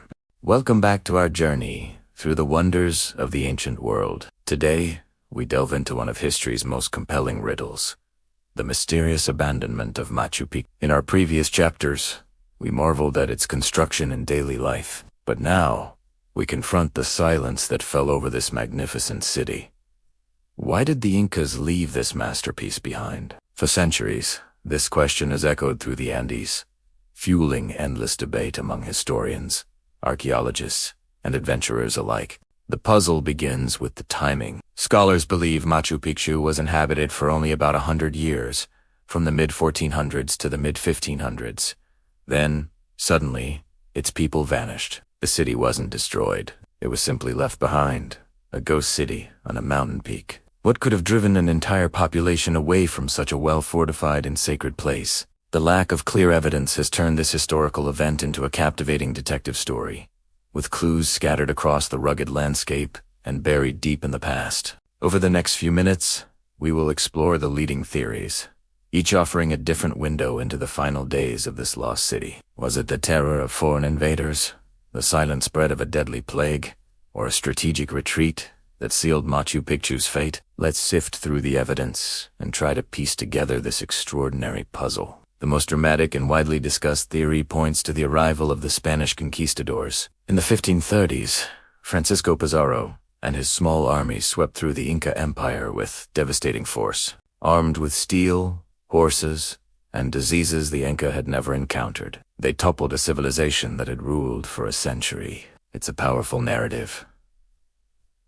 The people of Machu Picchu, hearing of the chaos and destruction spreading across their empire, decided to flee before the invaders could find their sacred refuge. This theory suggests that the abandonment was a preemptive move, a strategic decision to preserve their lives and culture by melting away into the jungle. Imagine the news reaching the high citadel. Messengers, breathless from their journey, would have brought terrifying tales of the fall of Cusco, the capture of the Sapa Inca, and the relentless advance of these strange, bearded men. The residents of Machu Picchu might have concluded that their mountain sanctuary, while remote, was not invincible. Perhaps the priests and nobles who resided there decided it was better to abandon the site and join the resistance in other hidden strongholds, like Vilcabamba, the last bastion of the Inca resistance. This would explain why the Spanish never mentioned finding Machu Picchu. They simply never knew it was there because its inhabitants had already gone,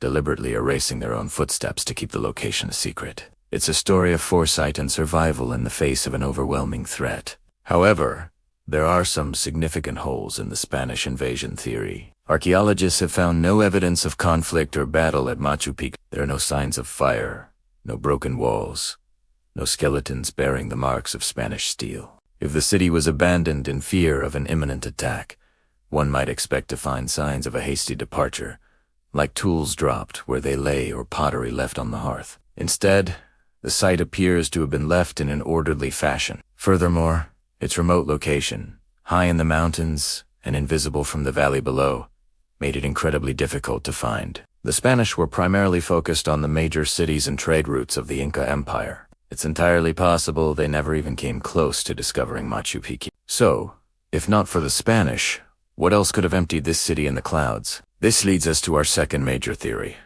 a foe far more insidious and invisible than any army: disease. The European arrival in the Americas unleashed a biological catastrophe. Smallpox, measles, and influenza, diseases to which the native populations had no immunity, spread like wildfire, often moving faster than the conquistadors themselves. Some historians estimate that these epidemics wiped out up to 90% of the indigenous population in certain areas. It is plausible that a devastating wave of disease reached Machu Picchu long before any Spaniard set foot near its gates. A trader or a messenger could have unknowingly carried the pathogen up the mountain trails, unleashing a plague upon the isolated community. In a small, self-contained city like Machu Picchu, an outbreak would have been catastrophic. With no understanding of germ theory and no effective treatments, the population could have been decimated in a matter of weeks.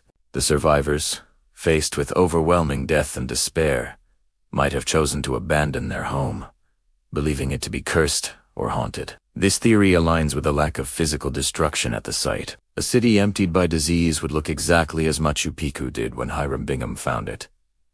Eerily intact, but silent. The bones found at the site have been studied for clues, but the evidence for a specific epidemic remains inconclusive. Still, considering the devastating impact of old-world diseases across the Americas, the plague theory remains one of the most compelling and tragic explanations for the city's abandonment. There is a third, more subtle theory that has gained traction in recent years. This idea suggests that Machu Picchu's abandonment was uncaused by an external threat like invaders or disease, but by internal factors within the Inca Empire itself.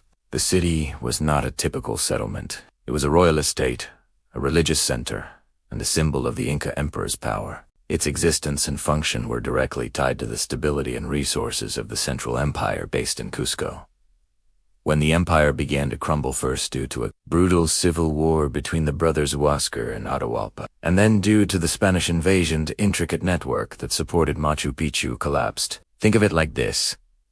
Machu Picchu was a luxury, a high-maintenance retreat that required a constant flow of food, goods, and people from the lowlands. Once the empire was in chaos, the supply lines would have been cut. There was no longer a central authority to command the labor and resources needed to maintain the city. The priests, nobles, and artisans who lived there may have found themselves isolated and cut off. Without the support of the empire, Machu Picchu was simply unsustainable. In this scenario, the abandonment would have been a gradual process. People would have trickled away, returning to their home communities or joining factions in the ongoing conflict. They left not in a panic, but out of necessity, as the very foundation of their world dissolved around them. This theory portrays the abandonment as a symptom of a larger imperial collapse. So what's the biggest obstacle to solving this mystery once and for all? It's the silence of the Inca themselves. The Inca Empire, for all its sophistication in engineering, astronomy, and social organization, had no system of writing as we know it. They couldn't leave behind chronicles, letters, or official records detailing the city's final days. Their primary method of recording information was the quipu, a complex system of knotted and colored cords. Quipus were used to record numbers, census data, and possibly even stories and historical events. Unfortunately, our ability to decipher them is almost completely lost. Spanish chroniclers saw them as tools of a pagan culture and destroyed most of them. The few that survive hold their secrets tightly. Without the ability to read the quipu, we are left without the Inca's own voice, their own account of what happened. We are forced to rely on archaeology, interpretation, and educated guesswork. It's like trying to read a book where all the pages have been torn out, leaving only the illustrations.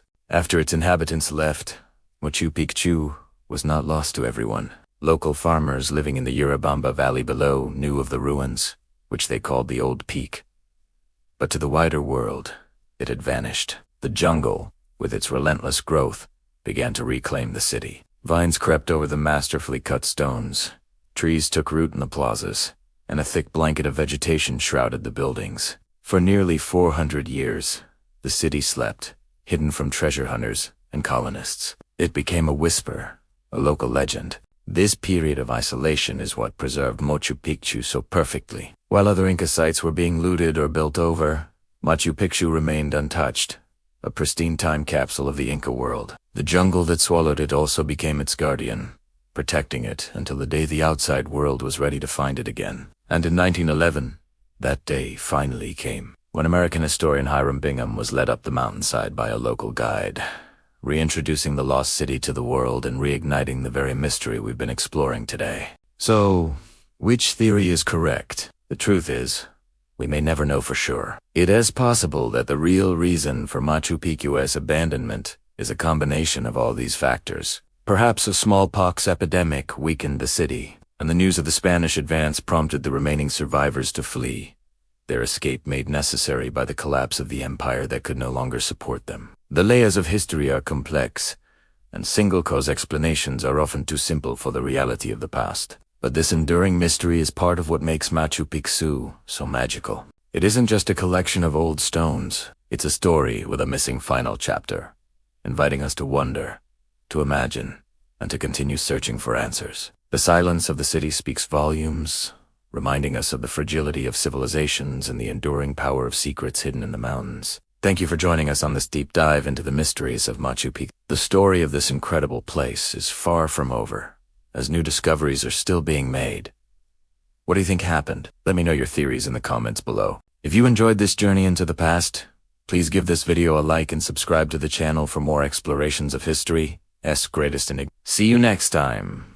Welcome back to our journey through history. Today, we're rediving into one of the most exciting stories of modern exploration, the rediscovery of Machu Picchu. Imagine it's 1911. A young, ambitious American explorer and historian from Yale University, Hiram Bingham, is trekking through the dense, cloud-shrouded Andes of Peru. He's on a quest, searching for Vilcabamba, the last refuge of the Inca Empire. Little does he know, he's about to stumble upon something far more magnificent. The story of Machu Picchu's introduction to the wider world isn't just about one man, though. Bingham's expedition wasn't a solo venture into the unknown. His success hinged on the knowledge of the local people. A local Quechua farmer named Melchor Artiga was the key. For the price of one Peruvian soul, Artiga agreed to guide Bingham and his team up a steep, treacherous mountain slope. He knew of ancient ruins, a place the locals simply called Old Peak, or Machu Picchu, in the Quechua language. Can you picture the scene? On July 24th, 1911, after a grueling climb through the rain and mist, the jungle canopy finally parts. Bingham is greeted by a sight that must have felt like a dream. Before him, an entire city of intricate stone terraces, grand temples, and residential buildings, all perfectly preserved and reclaimed by nature. It was an archaeological marvel, a city that had remained hidden from the outside world for centuries. Bingham, being a historian and an avid photographer, immediately recognized the significance of his find. He and his team began to clear the vegetation, revealing the true scale and beauty of the site. The photographs he took on that expedition were the first ever images of Machu Picchu seen by the outside world. When they were published in National Geographic magazine in 1913, they caused a global sensation. The world was captivated by this lost city of the Incas. The images of stone walls fitting together without mortars, the sun gate, and the Temple of the Three Windows sparked a fascination that continues to this day. It put Machu Picchu on the map, literally and figuratively, turning it into a bucket list destination for travelers and a subject of intense study for archaeologists. Bingham's work wasn't just about taking pictures. He led several more expeditions to Machu Picchu in the following years. He mapped the site, excavated buildings, and tried to piece together the puzzle of its existence. Who built this incredible city?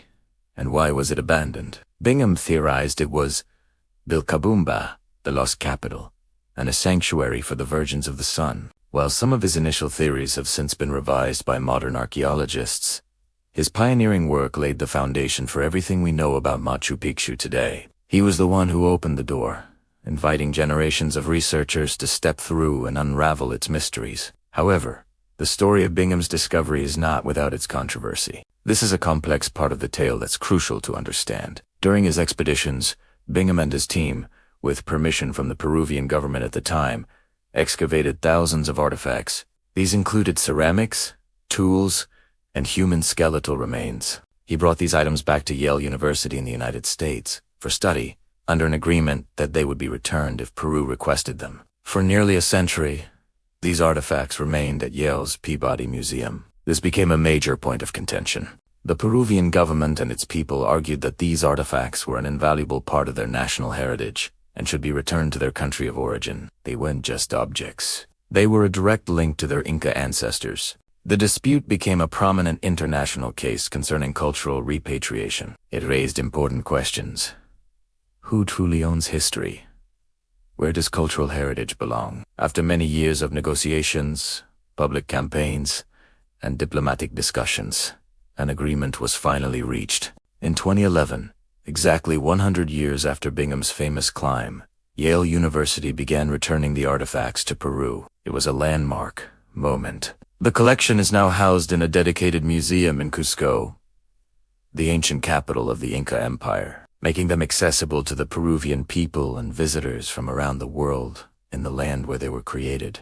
This resolution marked a new chapter in the story of Machu Picchu. It highlights a growing global understanding of the importance of respecting and preserving cultural heritage within its country of origin. It acknowledges that the descendants of the people who built these incredible sites have a profound connection to them. So, when we talk about Hiram Bingham's rediscovery, it's important to remember the full picture. He was the catalyst to introduce Machu Picchu to the global stage, sparking a worldwide fascination. His expeditions were a monumental feat of exploration, but we also must acknowledge the vital role of local guides like Melchor Artiga and the complex legacy of the artifacts that were taken. The story is a powerful reminder that history is often multi-layered, with different perspectives and truths. It's not just a story of adventure, but also one of culture, ownership, and a nation reclaiming its heritage. The tale of Hiram Bingham is a classic adventure, but it's the layers beneath that make the story of Machu Picchu so compelling.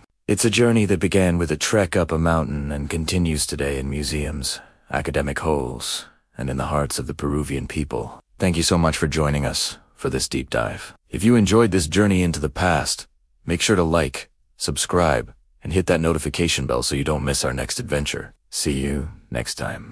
Welcome back to our journey into the unknown. Today, we're diving deep into Chapter 14, The Mystery. Deep as we continue our exploration of one of the world's most enigmatic lost cities. If you thought the surface was fascinating, wait until you see what lies beneath. In our last episode, we marveled at the city's breathtaking architecture, seemingly carved from the very mountainside. But the real secrets, the ones that tell the story of the people who lived here, are found deeper down. For decades, archaeologists have been meticulously excavating this incredible site, and what they've found is nothing short of astonishing. Imagine being there, brush in hand as centuries of soil are carefully swept away to reveal the first glimpse of a royal tomb. These aren't just burial sites. They are elaborate chambers meant to honor the city's rulers in the afterlife. The craftsmanship is exquisite, hinting at a society with a deep reverence for their leaders and a sophisticated understanding of art and engineering. Inside these tombs, along with the remains of their elite excavators, have discovered a treasure trove of artifacts that offer a window into their daily existence. We're talking about tools, for instance, not just crude implements, but finely crafted instruments for farming, construction, and possibly even intricate carving. These tools tell us that the people here were not just surviving, they were thriving. They were builders, farmers, and artisans. The sheer variety of tools suggests a specialized workforce, where different groups of people had specific skills and roles within the community. It paints a picture of a well-organized and highly functional society. And then there's the pottery. So much pottery. From simple, utilitarian bowls for everyday meals, to ornate, decorated vases that were likely used in ceremonies or owned by the wealthy. The patterns on this pottery are a language of their own. Some depict geometric designs, while others show animals, or perhaps even mythological beings. Each shard is a piece of a puzzle, a fragment of a story we are still trying to piece together. What did these symbols mean to them? Were they purely decorative, or did they hold some deeper spiritual significance? The quality and quantity of the pottery suggest a thriving trade network, or at least a very productive local industry. So, we have tombs, tools, and pottery. We have evidence of a complex society. But the biggest question has always been, when? When did this magnificent city rise from the stone? For a long time, historians could only guess, placing it within a broad range of several centuries. But then came a game changer: radiocarbon dating. Scientists took organic samples from the excavation sites, tiny fragments of charcoal from ancient hearths, bits of wood from building structures, even residues left inside the pottery. By measuring the decay of the carbon-14 isotope in these samples, they were able to pinpoint the city's origins with remarkable accuracy. The results were astounding. The data points overwhelmingly to a specific period, around 1450 CE. Think about that. This sprawling, sophisticated city was established in the mid-15th century. This timeline helps us place it in a historical context. It was built during a time of great empires and shifting powers across the globe. But knowing the when only makes the other questions more pressing. It gives us a solid foundation, but the structure of their history is still full of holes, and that's where the mystery really takes hold. Despite all these incredible discoveries, some of the most fundamental questions remain completely unsolved. First and foremost, what was the purpose of this city? Was it a royal estate? A secluded retreat for an emperor? Was it a religious pilgrimage site? A sacred center for worship and ceremony? Or was it a fortress? A strategic stronghold built to defend a border or control a trade route? The layout is so unique. It doesn't fit neatly into any of our preconceived categories for ancient cities. Its remote location adds to the puzzle. Why build such a magnificent complex in such an inaccessible place? Next, the question of population.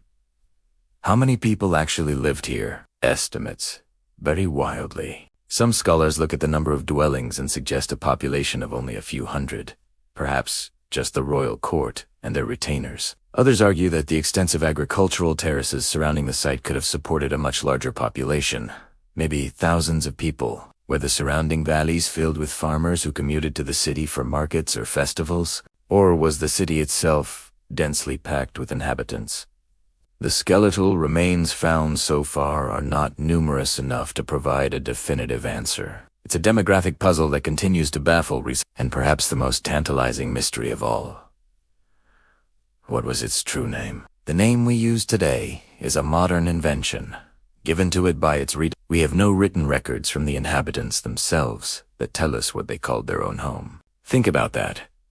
A city of this scale and importance, and its name has been lost to time. It's like knowing all the details of a person's life, but not their name. It leaves a fundamental piece of their identity missing. Did they have a written language? If so, why haven't we found it? Were their stories passed down orally, lost to the winds of time after the city was abandoned? These unanswered questions are what make this place so captivating. It's a historical detective story where every artifact is a clue, but the case is far from closed. But the mystery doesn't end with what we can see on the surface or dig from the ground. There are also legends, whispers passed down through generations in the local communities that speak of something more. Legends of hidden tunnels. That's right. The stories claim that beneath the stone streets and majestic buildings lies another world, a secret network of tunnels, burrowing deep into the mountain. These aren't just rumors. Some explorations have revealed strange, man-made hollows and passages that seem to lead nowhere.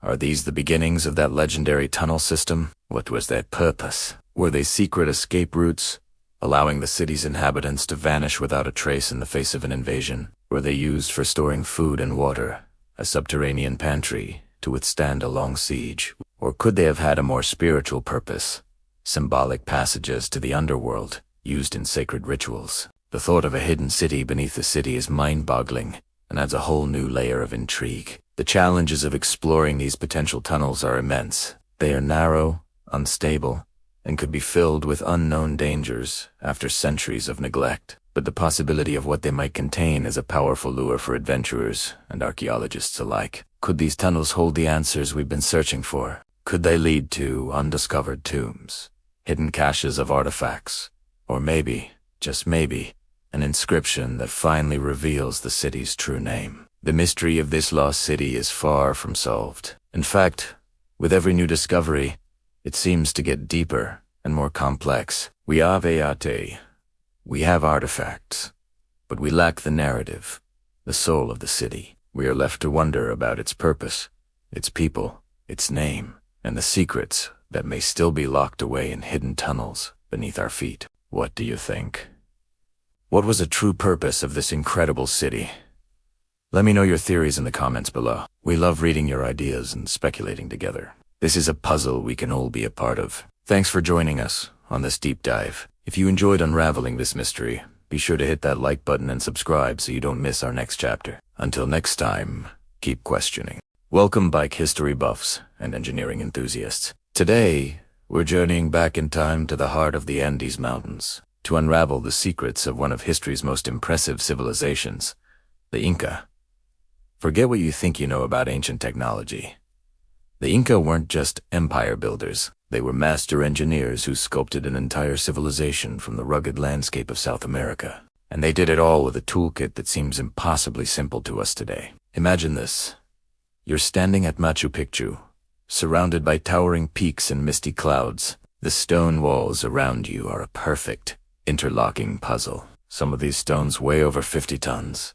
Yet they fit together so precisely that you can't even slide a piece of paper between them. And here's the kicker.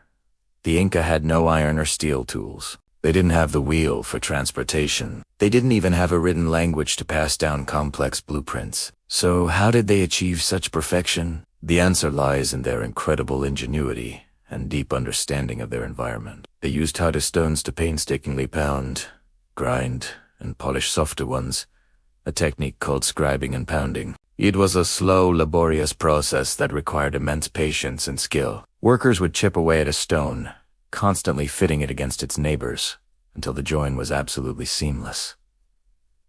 This wasn't just for show. In a region prone to earthquakes, These interlocking walls were a brilliant feat of seismic engineering. When the ground trembles, these stones can literally dance. They move and shift with the tremors, then settle right back into place.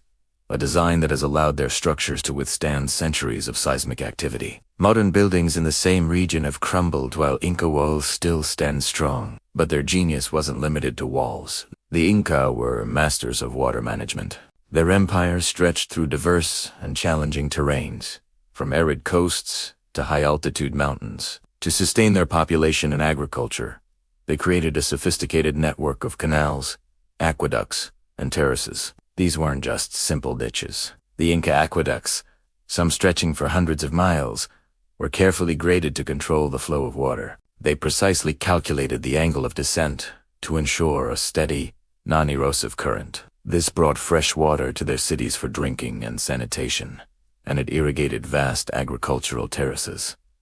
Ah, the terraces! The famous Andines of the Andes are another marvel, carved into steep mountainsides. These terraces looked like giant green staircases climbing towards the sky, but they were much more than just flattened land. Each terrace was a multi-layered system. The bottom layer consisted of large stones for drainage, followed by layers of gravel, sand, and finally, rich topsoil brought up from the lowlands. This design prevented erosion, maximized sunlight exposure for crops, and created microclimates that allowed them to grow a variety of foods, from potatoes and quinoa to maize, at different altitudes. It was a sustainable agricultural system that turned seemingly unfarmable mountains into a breadbasket. And let's talk about their cities. The Inca didn't just build on the land, they built with asterisk. Cities like Cusco, their imperial capital, were designed in harmony with the natural landscape. Streets were aligned with celestial events, and sacred structures were often built around natural rock formations, blurring the line between the man-made and the natural. Think about the logistics involved, transporting massive stones up steep mountain slopes without wheels or draft animals. It was a colossal feat of human power and coordination. They used ramps, ropes made from llama wool or plant fibers, and immense teams of workers, all operating with a level of organization that is simply staggering. One of the most mind-boggling examples of their engineering is Tipon, an archaeological site near Cusco. It's essentially an ancient water park, but for agricultural and ceremonial purposes. It features a stunning series of terraces fed by a natural spring. The water is channeled through intricate stone canals, dropping through beautiful fountains and aqueducts that still function perfectly today, centuries after they were built. The precision of the water flow is so exact, it demonstrates a level of hydraulic engineering knowledge that rivals that of the Roman Empire. The Inca road system, the Capac-On, is another testament to their ambition. This network spanned over 25,000 miles, connecting the vast empire. These roads weren't just paths, they were engineered marvels. They went up and down some of the steepest mountains in the world, featuring stairways carved directly into the rock, and suspension bridges woven from grass fibers spanning treacherous river gorges. These road bridges were an Inca invention, woven from ichu grass. The cables were as thick as a human torso. They were constantly maintained, with local communities reweaving them every year or two. Some of these traditions continue even to this day. These bridges were strong enough to support not just people, but pack animals like llamas carrying goods across the empire. So, when we look at the ruins of the Inca Empire, we're not just seeing old stones. We're seeing the legacy of a people who possessed a profound scientific understanding of geology, hydrology, and agriculture. They demonstrated that with sheer human ingenuity, skill, and a deep respect for the natural world, it's possible to create structures that are both beautiful and incredibly resilient. They prove that you don't need advanced metallurgy or complex machinery to build an empire that can withstand the test of time. The Inca used stone, rope, and the power of their own hands to shape a world. Their engineering genius is etched into the very mountains of the Andes, a silent, powerful testament to their incredible legacy. It challenges our modern definitions of technology and reminds us that some of the most sophisticated solutions are born from the simplest of tools, guided by brilliant minds. Thanks for joining me on this deep dive into Inca engineering. If you found this as fascinating as I do, make sure to hit that like button and subscribe for more journeys into the past. Let me know in the comments what ancient civilization's technology you'd like to explore next. Until then, stay curious. Welcome, bike history buffs and stargazers. Today, we read journeying high into the Andes Mountains to unlock the celestial secrets of one of the world's breathtaking wonders, Machu Picchu. This isn't just a stunning city in the clouds. It's a massive, living observatory, a testament to the Incas' profound understanding of the cosmos. So, grab your virtual hiking boots, because we're about to explore how the heavens are literally built into the stones of this sacred site. The Inca were masterful astronomers. For them, the sun, moon, and stars weren't just distant lights. They were deities, ancestors, and a divine calendar that governed every aspect of their lives, from planting crops to crowning empress. The sun god Inti was their most important deity, the source of all life and warmth. And Machu Picchu was meticulously designed to honor and track Inti's journey across the sky. Let's start with the most famous solar event in the Inca calendar, Inti Raymi, the Festival of the Sun. This grand celebration, which still takes place today, marks the winter solstice. In the southern hemisphere, around June 21st, it was a time of immense ceremony, meant to plead with the sun god not to abandon the earth during its weakest point, and to ensure his return, bringing light and life back to the world. And at Machu Picchu, you can see this cosmic connection carved directly into the stone. At the heart of the city lies a mysterious and beautiful structure, the Torian, or the Temple of the Sun. This semicircular tower, built with the Incas' signature precision masonry, is no ordinary building. It's a sophisticated solar observatory. During the June solstice, as the sun rises, its first rays shine directly through a specific, small window, illuminating a sacred granite stone inside. Imagine being there on that morning, witnessing the sun god himself reaching into the temple to touch the sacred rock. It was a powerful, divine confirmation that the cosmic order was intact, and that the sun would begin its journey back to strength. It wasn't just a pretty light show. It was a fundamental moment of spiritual and agricultural importance, signaling the start of a new cycle. But the Torian isn't the only celestial clock at Machu Picchu. There's another, equally fascinating feature known as the Intihuatana Stone. The name itself translates to the hitching post of the sun.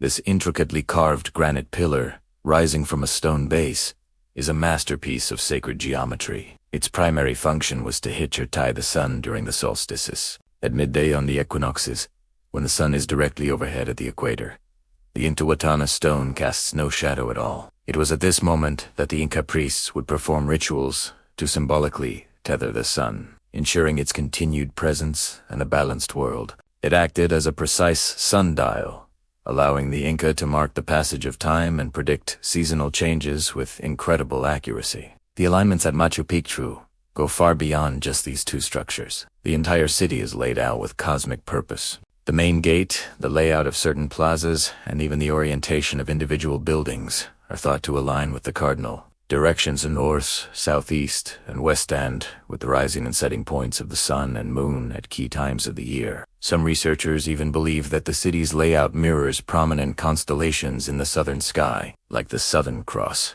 It's as if the Inca took a star map and laid it out on the mountain ridge, creating a terrestrial reflection of the celestial realm. This concept of sacred geography, where the landscape and the cosmos are intertwined, was central to their worldview. Why was this so important? For the Inca, astronomy wasn't an abstract science. It was a practical tool for survival and a deep spiritual practice. By tracking the sun, they could determine the optimal times for planting and harvesting their crops, a critical task in the challenging Andean environment. A reliable agricultural calendar meant the difference between feast and famine for their vast empire. Spiritually, these alignments reinforced their connection to the gods. By building their most sacred city in perfect harmony with the movements of the heavens, they were demonstrating their reverence and ensuring the favor of their deities. Machu Picchu was a place where the earthly and the divine met, a physical link between humanity and the cosmos. So, when we look at the incredible stonework of Machu Picchu, we're not just seeing architectural genius, we're seeing a story written in stone and sunlight. We're seeing the Inca's sacred calendar, their spiritual beliefs, and their deep, intimate knowledge of the universe. Every window, every pillar, and every alignment was intentional, part of a grand cosmic design that turned an entire city into a living instrument for observing the heavens. It's a powerful reminder that ancient cultures had a relationship with the sky that we've largely lost today. They didn't just look at the stars. They lived by them. Machu Picchu is more than just a ruin. It's a timeless legacy of a civilization that saw the sacred in the sky and had the brilliance to capture it in stone. It truly is a place where heaven and earth connect. Thanks so much for joining me on this cosmic journey through Machu Picchu. If you found this fascinating, don't forget to hit that like button. Subscribe for more adventures into the past. And let me know in the comments which ancient wonder you'd like to explore next. See you in the next video. Welcome back to our journey through the wonders of the Andes. In our final chapter, we're not just looking at stones and ruins. We're meeting the living heart of this ancient land. We're exploring the Quechua legacy, the enduring spirit of the Inca civilization that thrives to this day. Have you ever wondered what happened to the people who built Machu Picchu? Well, they never left. The modern descendants of the Inca, the Quechua people, still inhabit these same mountains, their villages dotting the sacred valley just as they have for centuries. Their faces, their strength, and their resilience are a direct link to the empire that once ruled this continent. Walking through a local market, you're not just a tourist. You're a witness to a culture that has weathered conquest, time, and change, yet remains unbroken. One of the most powerful testaments to this continuity is the Quechua language itself. It's not a dead language studied in books. It's a living, breathing tongue spoken by millions. It flows through the marketplaces.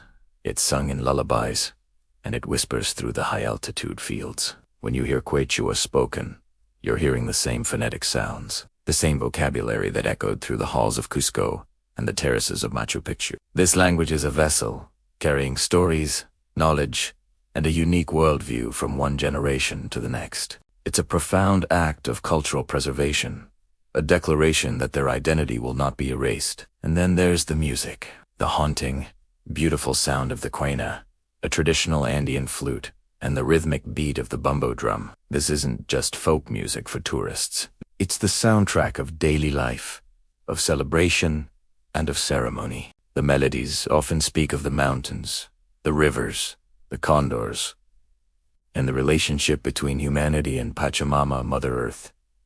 The dances, with their vibrant costumes and intricate steps, are not mere performances. They are narratives, reenacting ancient myths, historical events, and the cycles of agriculture. Each note, each step, is a thread connecting the present to a deep and resonant past. The traditions of the Quechua people are woven into the very fabric of their existence. Think of Gigich textile work. The vibrant colors and complex patterns you see in their ponchos and blankets are more than just beautiful designs. Each one is a form of language, a story told in thread.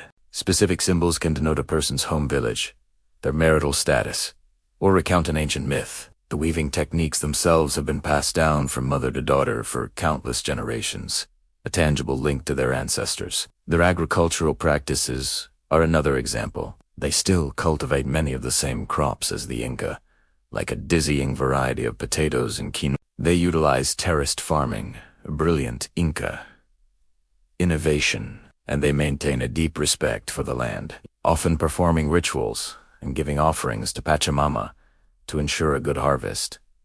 This isn't just tradition. It's a sustainable way of life, a form of ancestral wisdom that modern society is only now beginning to appreciate. Their connection to the land is not one of ownership, but of kinship. For the Quechua people, Machu Picchu is not just an archaeological site or a tourist destination. It is a sacred place, a spiritual center. They refer to the surrounding mountains as apis, powerful deities that watch over and protect them. When they look upon the citadel, they don't just see stones. They see a place built by their ancestors, a place pulsating with spiritual energy. Many locals still make pilgrimages to these sites, not as tourists, but as devotees, leaving offerings of coca leaves and making prayers, continuing a spiritual dialogue that has spanned centuries. This profound connection is something no tour guide can fully explain. It has to be felt. It's a sense of belonging, a spiritual anchor in a rapidly changing world. This brings us to the core of the Quechua legacy, an incredible sense of cultural pride and continuity. Imagine your culture surviving for over 500 years against immense pressure to assimilate. This isn't a story of a lost civilization. It's a story of survival, adaptation, and an unyielding will to endure. The Quechua people are not living in the past. They are modern people. They use smartphones. They participate in the global economy, but they do so while carrying their heritage with them. They have masterfully blended the old with the new, ensuring their traditions evolve rather than disappear. This pride is visible in their festivals, like the Inti Raymi, the Festival of the Sun, which celebrates the winter solstice. It's a spectacular reenactment of Inca ceremony, drawing tens of thousands of people to Cusco. It's a vibrant, powerful declaration of their identity, a message to the world that the people of the sun are still here. This continuity is a source of immense strength, providing a sense of identity and community that has helped them navigate the challenges of the modern world. So, as we conclude our journey, remember this: the story of the Inca did not end with the arrival of the Spanish. It continues today in the highlands of Peru, in the faces of the Quechua people, in the language they speak, the music they play, and the traditions they uphold. The legacy of the Inca is not confined to museums or ruins. It is a living, breathing culture, full of wisdom, resilience, and beauty. Visiting this region is an opportunity not just to see a wonder of the world, but to connect with the people who are its living custodians. Thank you so much for joining me on this incredible exploration of Machu Picchu and the enduring legacy of the Quechua people. I hope it has inspired you to look deeper, to listen closer, and to appreciate the living history that surrounds us. If you've enjoyed this series, please like, subscribe, and share. Until next time, keep exploring. Welcome back to our journey through the wonders of the world. Today, we're exploring the profound significance of Machu Picchu, a place that transcends its physical beauty to become a symbol of global heritage. In 1983, a pivotal moment arrived for this ancient city when UNESCO officially declared it a World Heritage Site. This wasn't just a title, it was a recognition of its outstanding universal value, a testament to its unique cultural and natural importance for all of humanity. Imagine what this means. It signifies that Machu Picchu belongs not just to Peru, but to the world. Its intricate stone structures, its breathtaking mountain setting, and the mysteries of the Inca civilization it holds are considered part of our collective human story. This declaration catapulted Machu Picchu onto the global stage, solidifying its status as one of the new 7 wonders of the world and drawing even more attention to its majestic presence. But why was it chosen? The criteria for becoming a World Heritage Site are incredibly strict. A site must possess exceptional cultural or natural significance. Machu Picchu met these criteria with flying colors. Culturally, it's a masterpiece of Inca architecture and engineering, a perfectly preserved example of a late 15th century city. The way it integrates with the dramatic landscape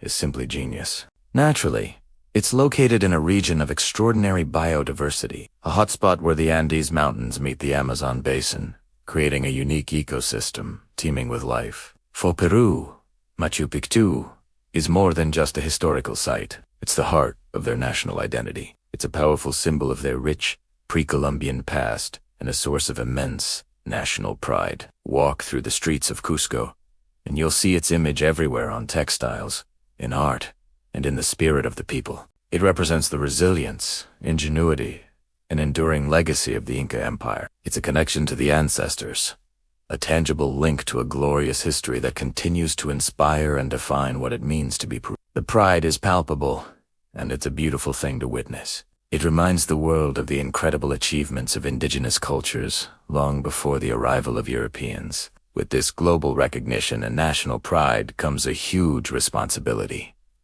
preservation. The very thing that makes Machu Picchu so alluring, its mystique and beauty, also makes it vulnerable. The surge in tourism following its World Heritage designation brought both economic benefits and significant challenges. The delicate balance between allowing people to experience this wonder and protecting it for future generations has become the central mission for Peruvian authorities and international organizations. This is where the concept of responsible tourism becomes absolutely critical. What does that mean in the context of Machu Picchu? It means being a conscious It means understanding that every footstep has an impact. Responsible tourism here involves everything from sticking to designated paths to avoid eroding the ancient stone and terraces to not touching the walls. The oils and sweat from our hands can cause irreparable damage over time. It also means packing out everything you pack in, leaving no trace behind. Think of it as being a guest in a sacred home,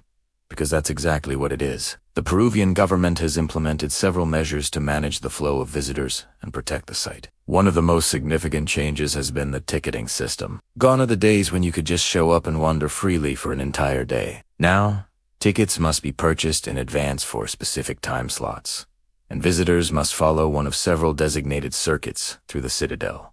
These circuits are designed to distribute the foot traffic, reduce congestion in sensitive areas, and ensure that everyone gets to see the highlights without overwhelming the structures. Furthermore, the number of daily visitors is strictly limited.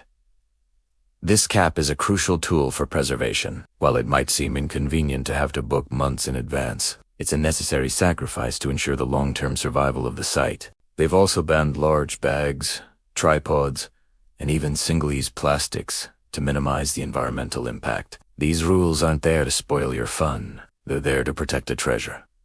Preservation efforts go beyond just managing tourists. There are ongoing archaeological projects to study and conserve the structures. Experts are constantly monitoring the stability of the terraces and buildings, especially given the region's seismic activity and heavy rainfall. They use advanced technology to understand the drainage systems built by the Incas, which, by the way, are still functioning after more than 500 years, and work to maintain them. Combating the natural erosion from wind and rain is a constant battle. The surrounding landscape is also part of the preservation effort. Machu Picchu is not an isolated monument. It's the centerpiece of the historic sanctuary of Machu Picchu, a protected area of over 32,000 hectares. This sanctuary safeguards the rich biodiversity of the cloud forest, including rare species like the spectacled bear and the Andean cock. Reforestation projects and initiatives to protect local water sources are all part of a holistic approach to conservation. It's about protecting the entire ecosystem that the Incas revered and depended upon. The ultimate challenge lies in balancing access with protection. How do you share such a profound place with the world without letting the world destroy it? It's a delicate dance. On one hand, tourism provides vital income for the local communities and funding for conservation. It creates jobs and supports the economy of the entire region. On the other hand, unchecked tourism could lead to the site's degradation. This is a dilemma faced by many World Heritage sites, from Venice to the Galapagos Islands, but it is particularly acute at Machu Picchu due to its remote location and fragile environment. This sanctuary is considered sacred land by the descendants of the Inca. For the local Quichua communities, the mountains, or appas, are deities. Machu Picchu is a place of deep spiritual energy. Protecting the site is not just about preserving stones. It's about respecting a living, breathing, cultural landscape. This adds another layer to the preservation efforts, one that involves working closely with indigenous communities to ensure that their perspectives and traditions are honored. Their ancestral knowledge is often key to understanding how to best care for the land. So, as we conclude our deep dive into Machu Picchu, let's remember its dual identity. It is both a world wonder, open for us to marvel at, and a fragile, sacred space that demands our utmost respect and protection. The efforts to preserve it are a testament to our shared commitment to safeguarding our collective heritage. When you visit, or even as you just learn about it from afar, you become part of this story of preservation. By traveling responsibly, by supporting sustainable practices, and by spreading awareness, we can all help ensure that the lost city of the Incas will continue to inspire wonder for centuries to come. It's our shared responsibility to be the guardians of this incredible legacy. Thank you so much for joining me on this incredible journey. If you've been inspired by the story of Machu Picchu and its preservation, please hit that like button and subscribe for more explorations of our world's greatest treasures. See you next time. Welcome back to our journey through time. Today, we arrive at our final chapter, Chapter 19, the lessons of the lost city. As we stand metaphorically at the sun gate, gazing down upon the breathtaking panorama of Machu Picchu, we're not just looking at ancient stones. We're looking at a mirror reflecting lessons for our own time. What can this magnificent citadel, hidden for centuries, teach us about living in the 21st century? The answers are profound, whispered on the Andean winds. Balance, respect for nature, and an unyielding resilience. Imagine the world of the Inca, a world without steel tools, without the wheel used for transport. Yet they built an empire that stretched for thousands of miles. At its heart was a deep-seated principle, Amy, or reciprocity. This wasn't just a social contract, it was a cosmic one. You give to the Pachamama, the Earth Mother, and she gives back to you. This philosophy is etched into every terrace and waterway of Machu Picchu. Look at the agricultural terraces, those giant green steps climbing the mountainside. They aren't just beautiful, they're a marvel of engineering. Each level creates a microclimate, allowing the Inca to grow a variety of crops, from potatoes to maize, at different altitudes. This wasn't about dominating the landscape, it was about collaborating with it. They prevented soil erosion, managed water flow, and created a sustainable food source that fed thousands. In our modern world, where industrial agriculture often depletes the soil and pollutes our water, Machu Picchu stands as a testament to a different path, one of harmony, not conquest. It asks us, how can we work with our environment instead of against it? This respect for nature extended beyond farming. The very construction of the city shows an incredible reverence for the natural world. The stonework is legendary. Massive granite blocks, some weighing over 50 tons, were cut with such precision that they fit together perfectly without mortars. But notice how the buildings often incorporate the natural bedrock. A sacred rock might become the wall of a temple. The contour of a hill dictates the flow of a street. The Temple of the Sun, for example, is built around a huge, naturally curved stone, its window perfectly aligned to catch the first rays of the sun during the winter solstice. The Inca didn't bulldoze the mountain to fit their vision. They wove their vision into the mountain itself. This is the ultimate architectural balance, human ingenuity meeting natural form in a perfect, symbiotic dance. It challenges our modern tendency to flatten landscapes and erect concrete jungles, reminding us that true beauty lies in integration, not imposition. And then, there's the lesson of resilience. The Inca Empire faced immense challenges. The Andean environment is harsh and unforgiving, with earthquakes, landslides, and extreme weather. Yet, they thrived. Their road systems, their food storage techniques, their social structures all were designed to withstand shocks and endure. Bacolcas, or storehouses, were strategically placed in high, windy locations to keep food preserved for years, acting as a buffer against famine. Their suspension bridges, woven from grass, could be quickly repaired after an earthquake. This wasn't just physical resilience.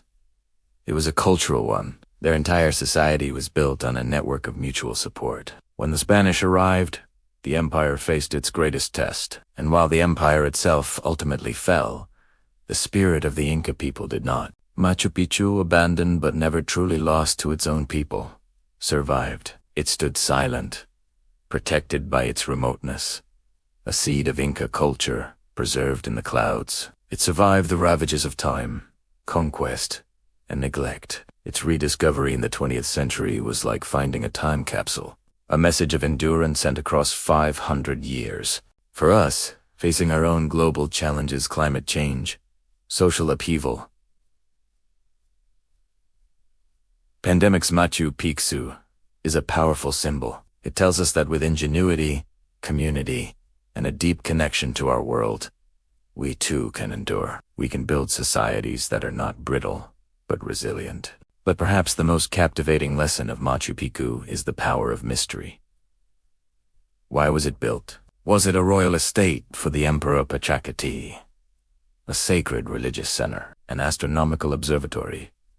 A fortress? The truth is, we don't know for sure, and it's likely it was all of these things and more. This ambiguity is not a failure of our understanding. It is a gift. In a world where we demand instant answers and concrete data, Machu Picchu reminds us of the value of wonder. It invites us to ask questions, to imagine, to dream. The mists that swirl around its peaks conceal as much as they reveal, and in that mystery, we find a space for our own contemplation. It teaches us that not everything needs to be solved, categorized, and filed away. Some things are meant to be experienced, to be felt in the soul. The enduring beauty of the Inca civilization lies not just in what we know, but in what we are still learning, and what may forever remain just beyond our grasp. As we conclude our series, we leave Machu Picchu, not with a sense of finality, but with a sense of beginning. The lessons of this last city are not relics of the past. They are urgent messages for our future.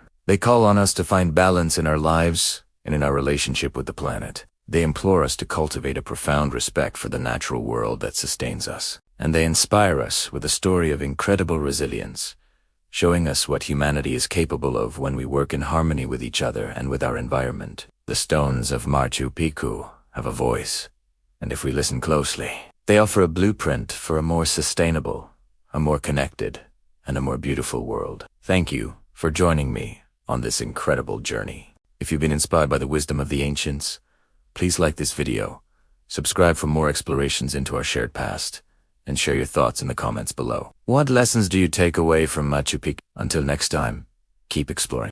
And so, we arrive at the end of our journey, here in the eternal silence of Machu Picchu. As the last rays of the sun paint the Andean peaks in hues of gold and violet, a profound quiet descends upon the stone city. It's a silence that isn't empty, but filled with the whispers of centuries, the echoes of a civilization that harmonized with the earth, the sky, and the spirit of the mountains. Let's stand here for a moment, on the precipice of time, and simply listen. Can you hear it? Not with your ears, but with your soul.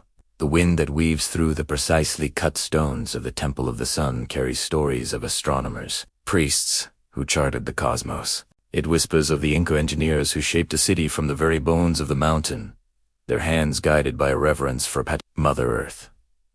Every stone here is a silent storyteller. The Intihuatana, the hitching post of the sun, stands as a testament to a deep understanding of celestial rhythms.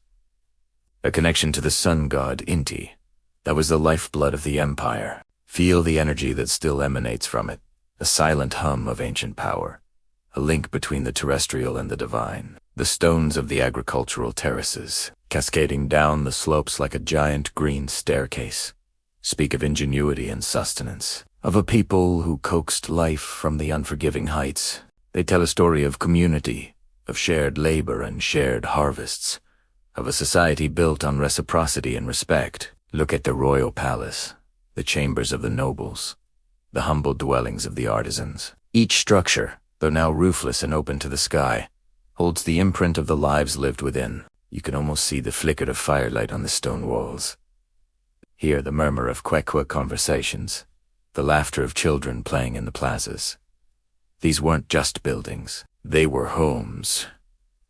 They were centers of learning, of worship, of daily life. The spirits of those who walked these paths still linger, their presence a gentle, comforting weight in the thin mountain air. Machu Picchu is more than a collection of ruins. It is a living symbol. It is a testament to what humanity can achieve when in partnership with nature, not in dominion over it. Intihuatana, conquered by invaders. It was slowly, quietly reclaimed by the forest, swallowed by the clouds, and hidden from the world for centuries. This act of nature wasn't one of destruction, but of preservation. It was as if the mountain itself, Machu Picchu, drew a green blanket over its treasure, protecting it until a time when humanity was ready to see it not as a source of gold, but as a source of wisdom.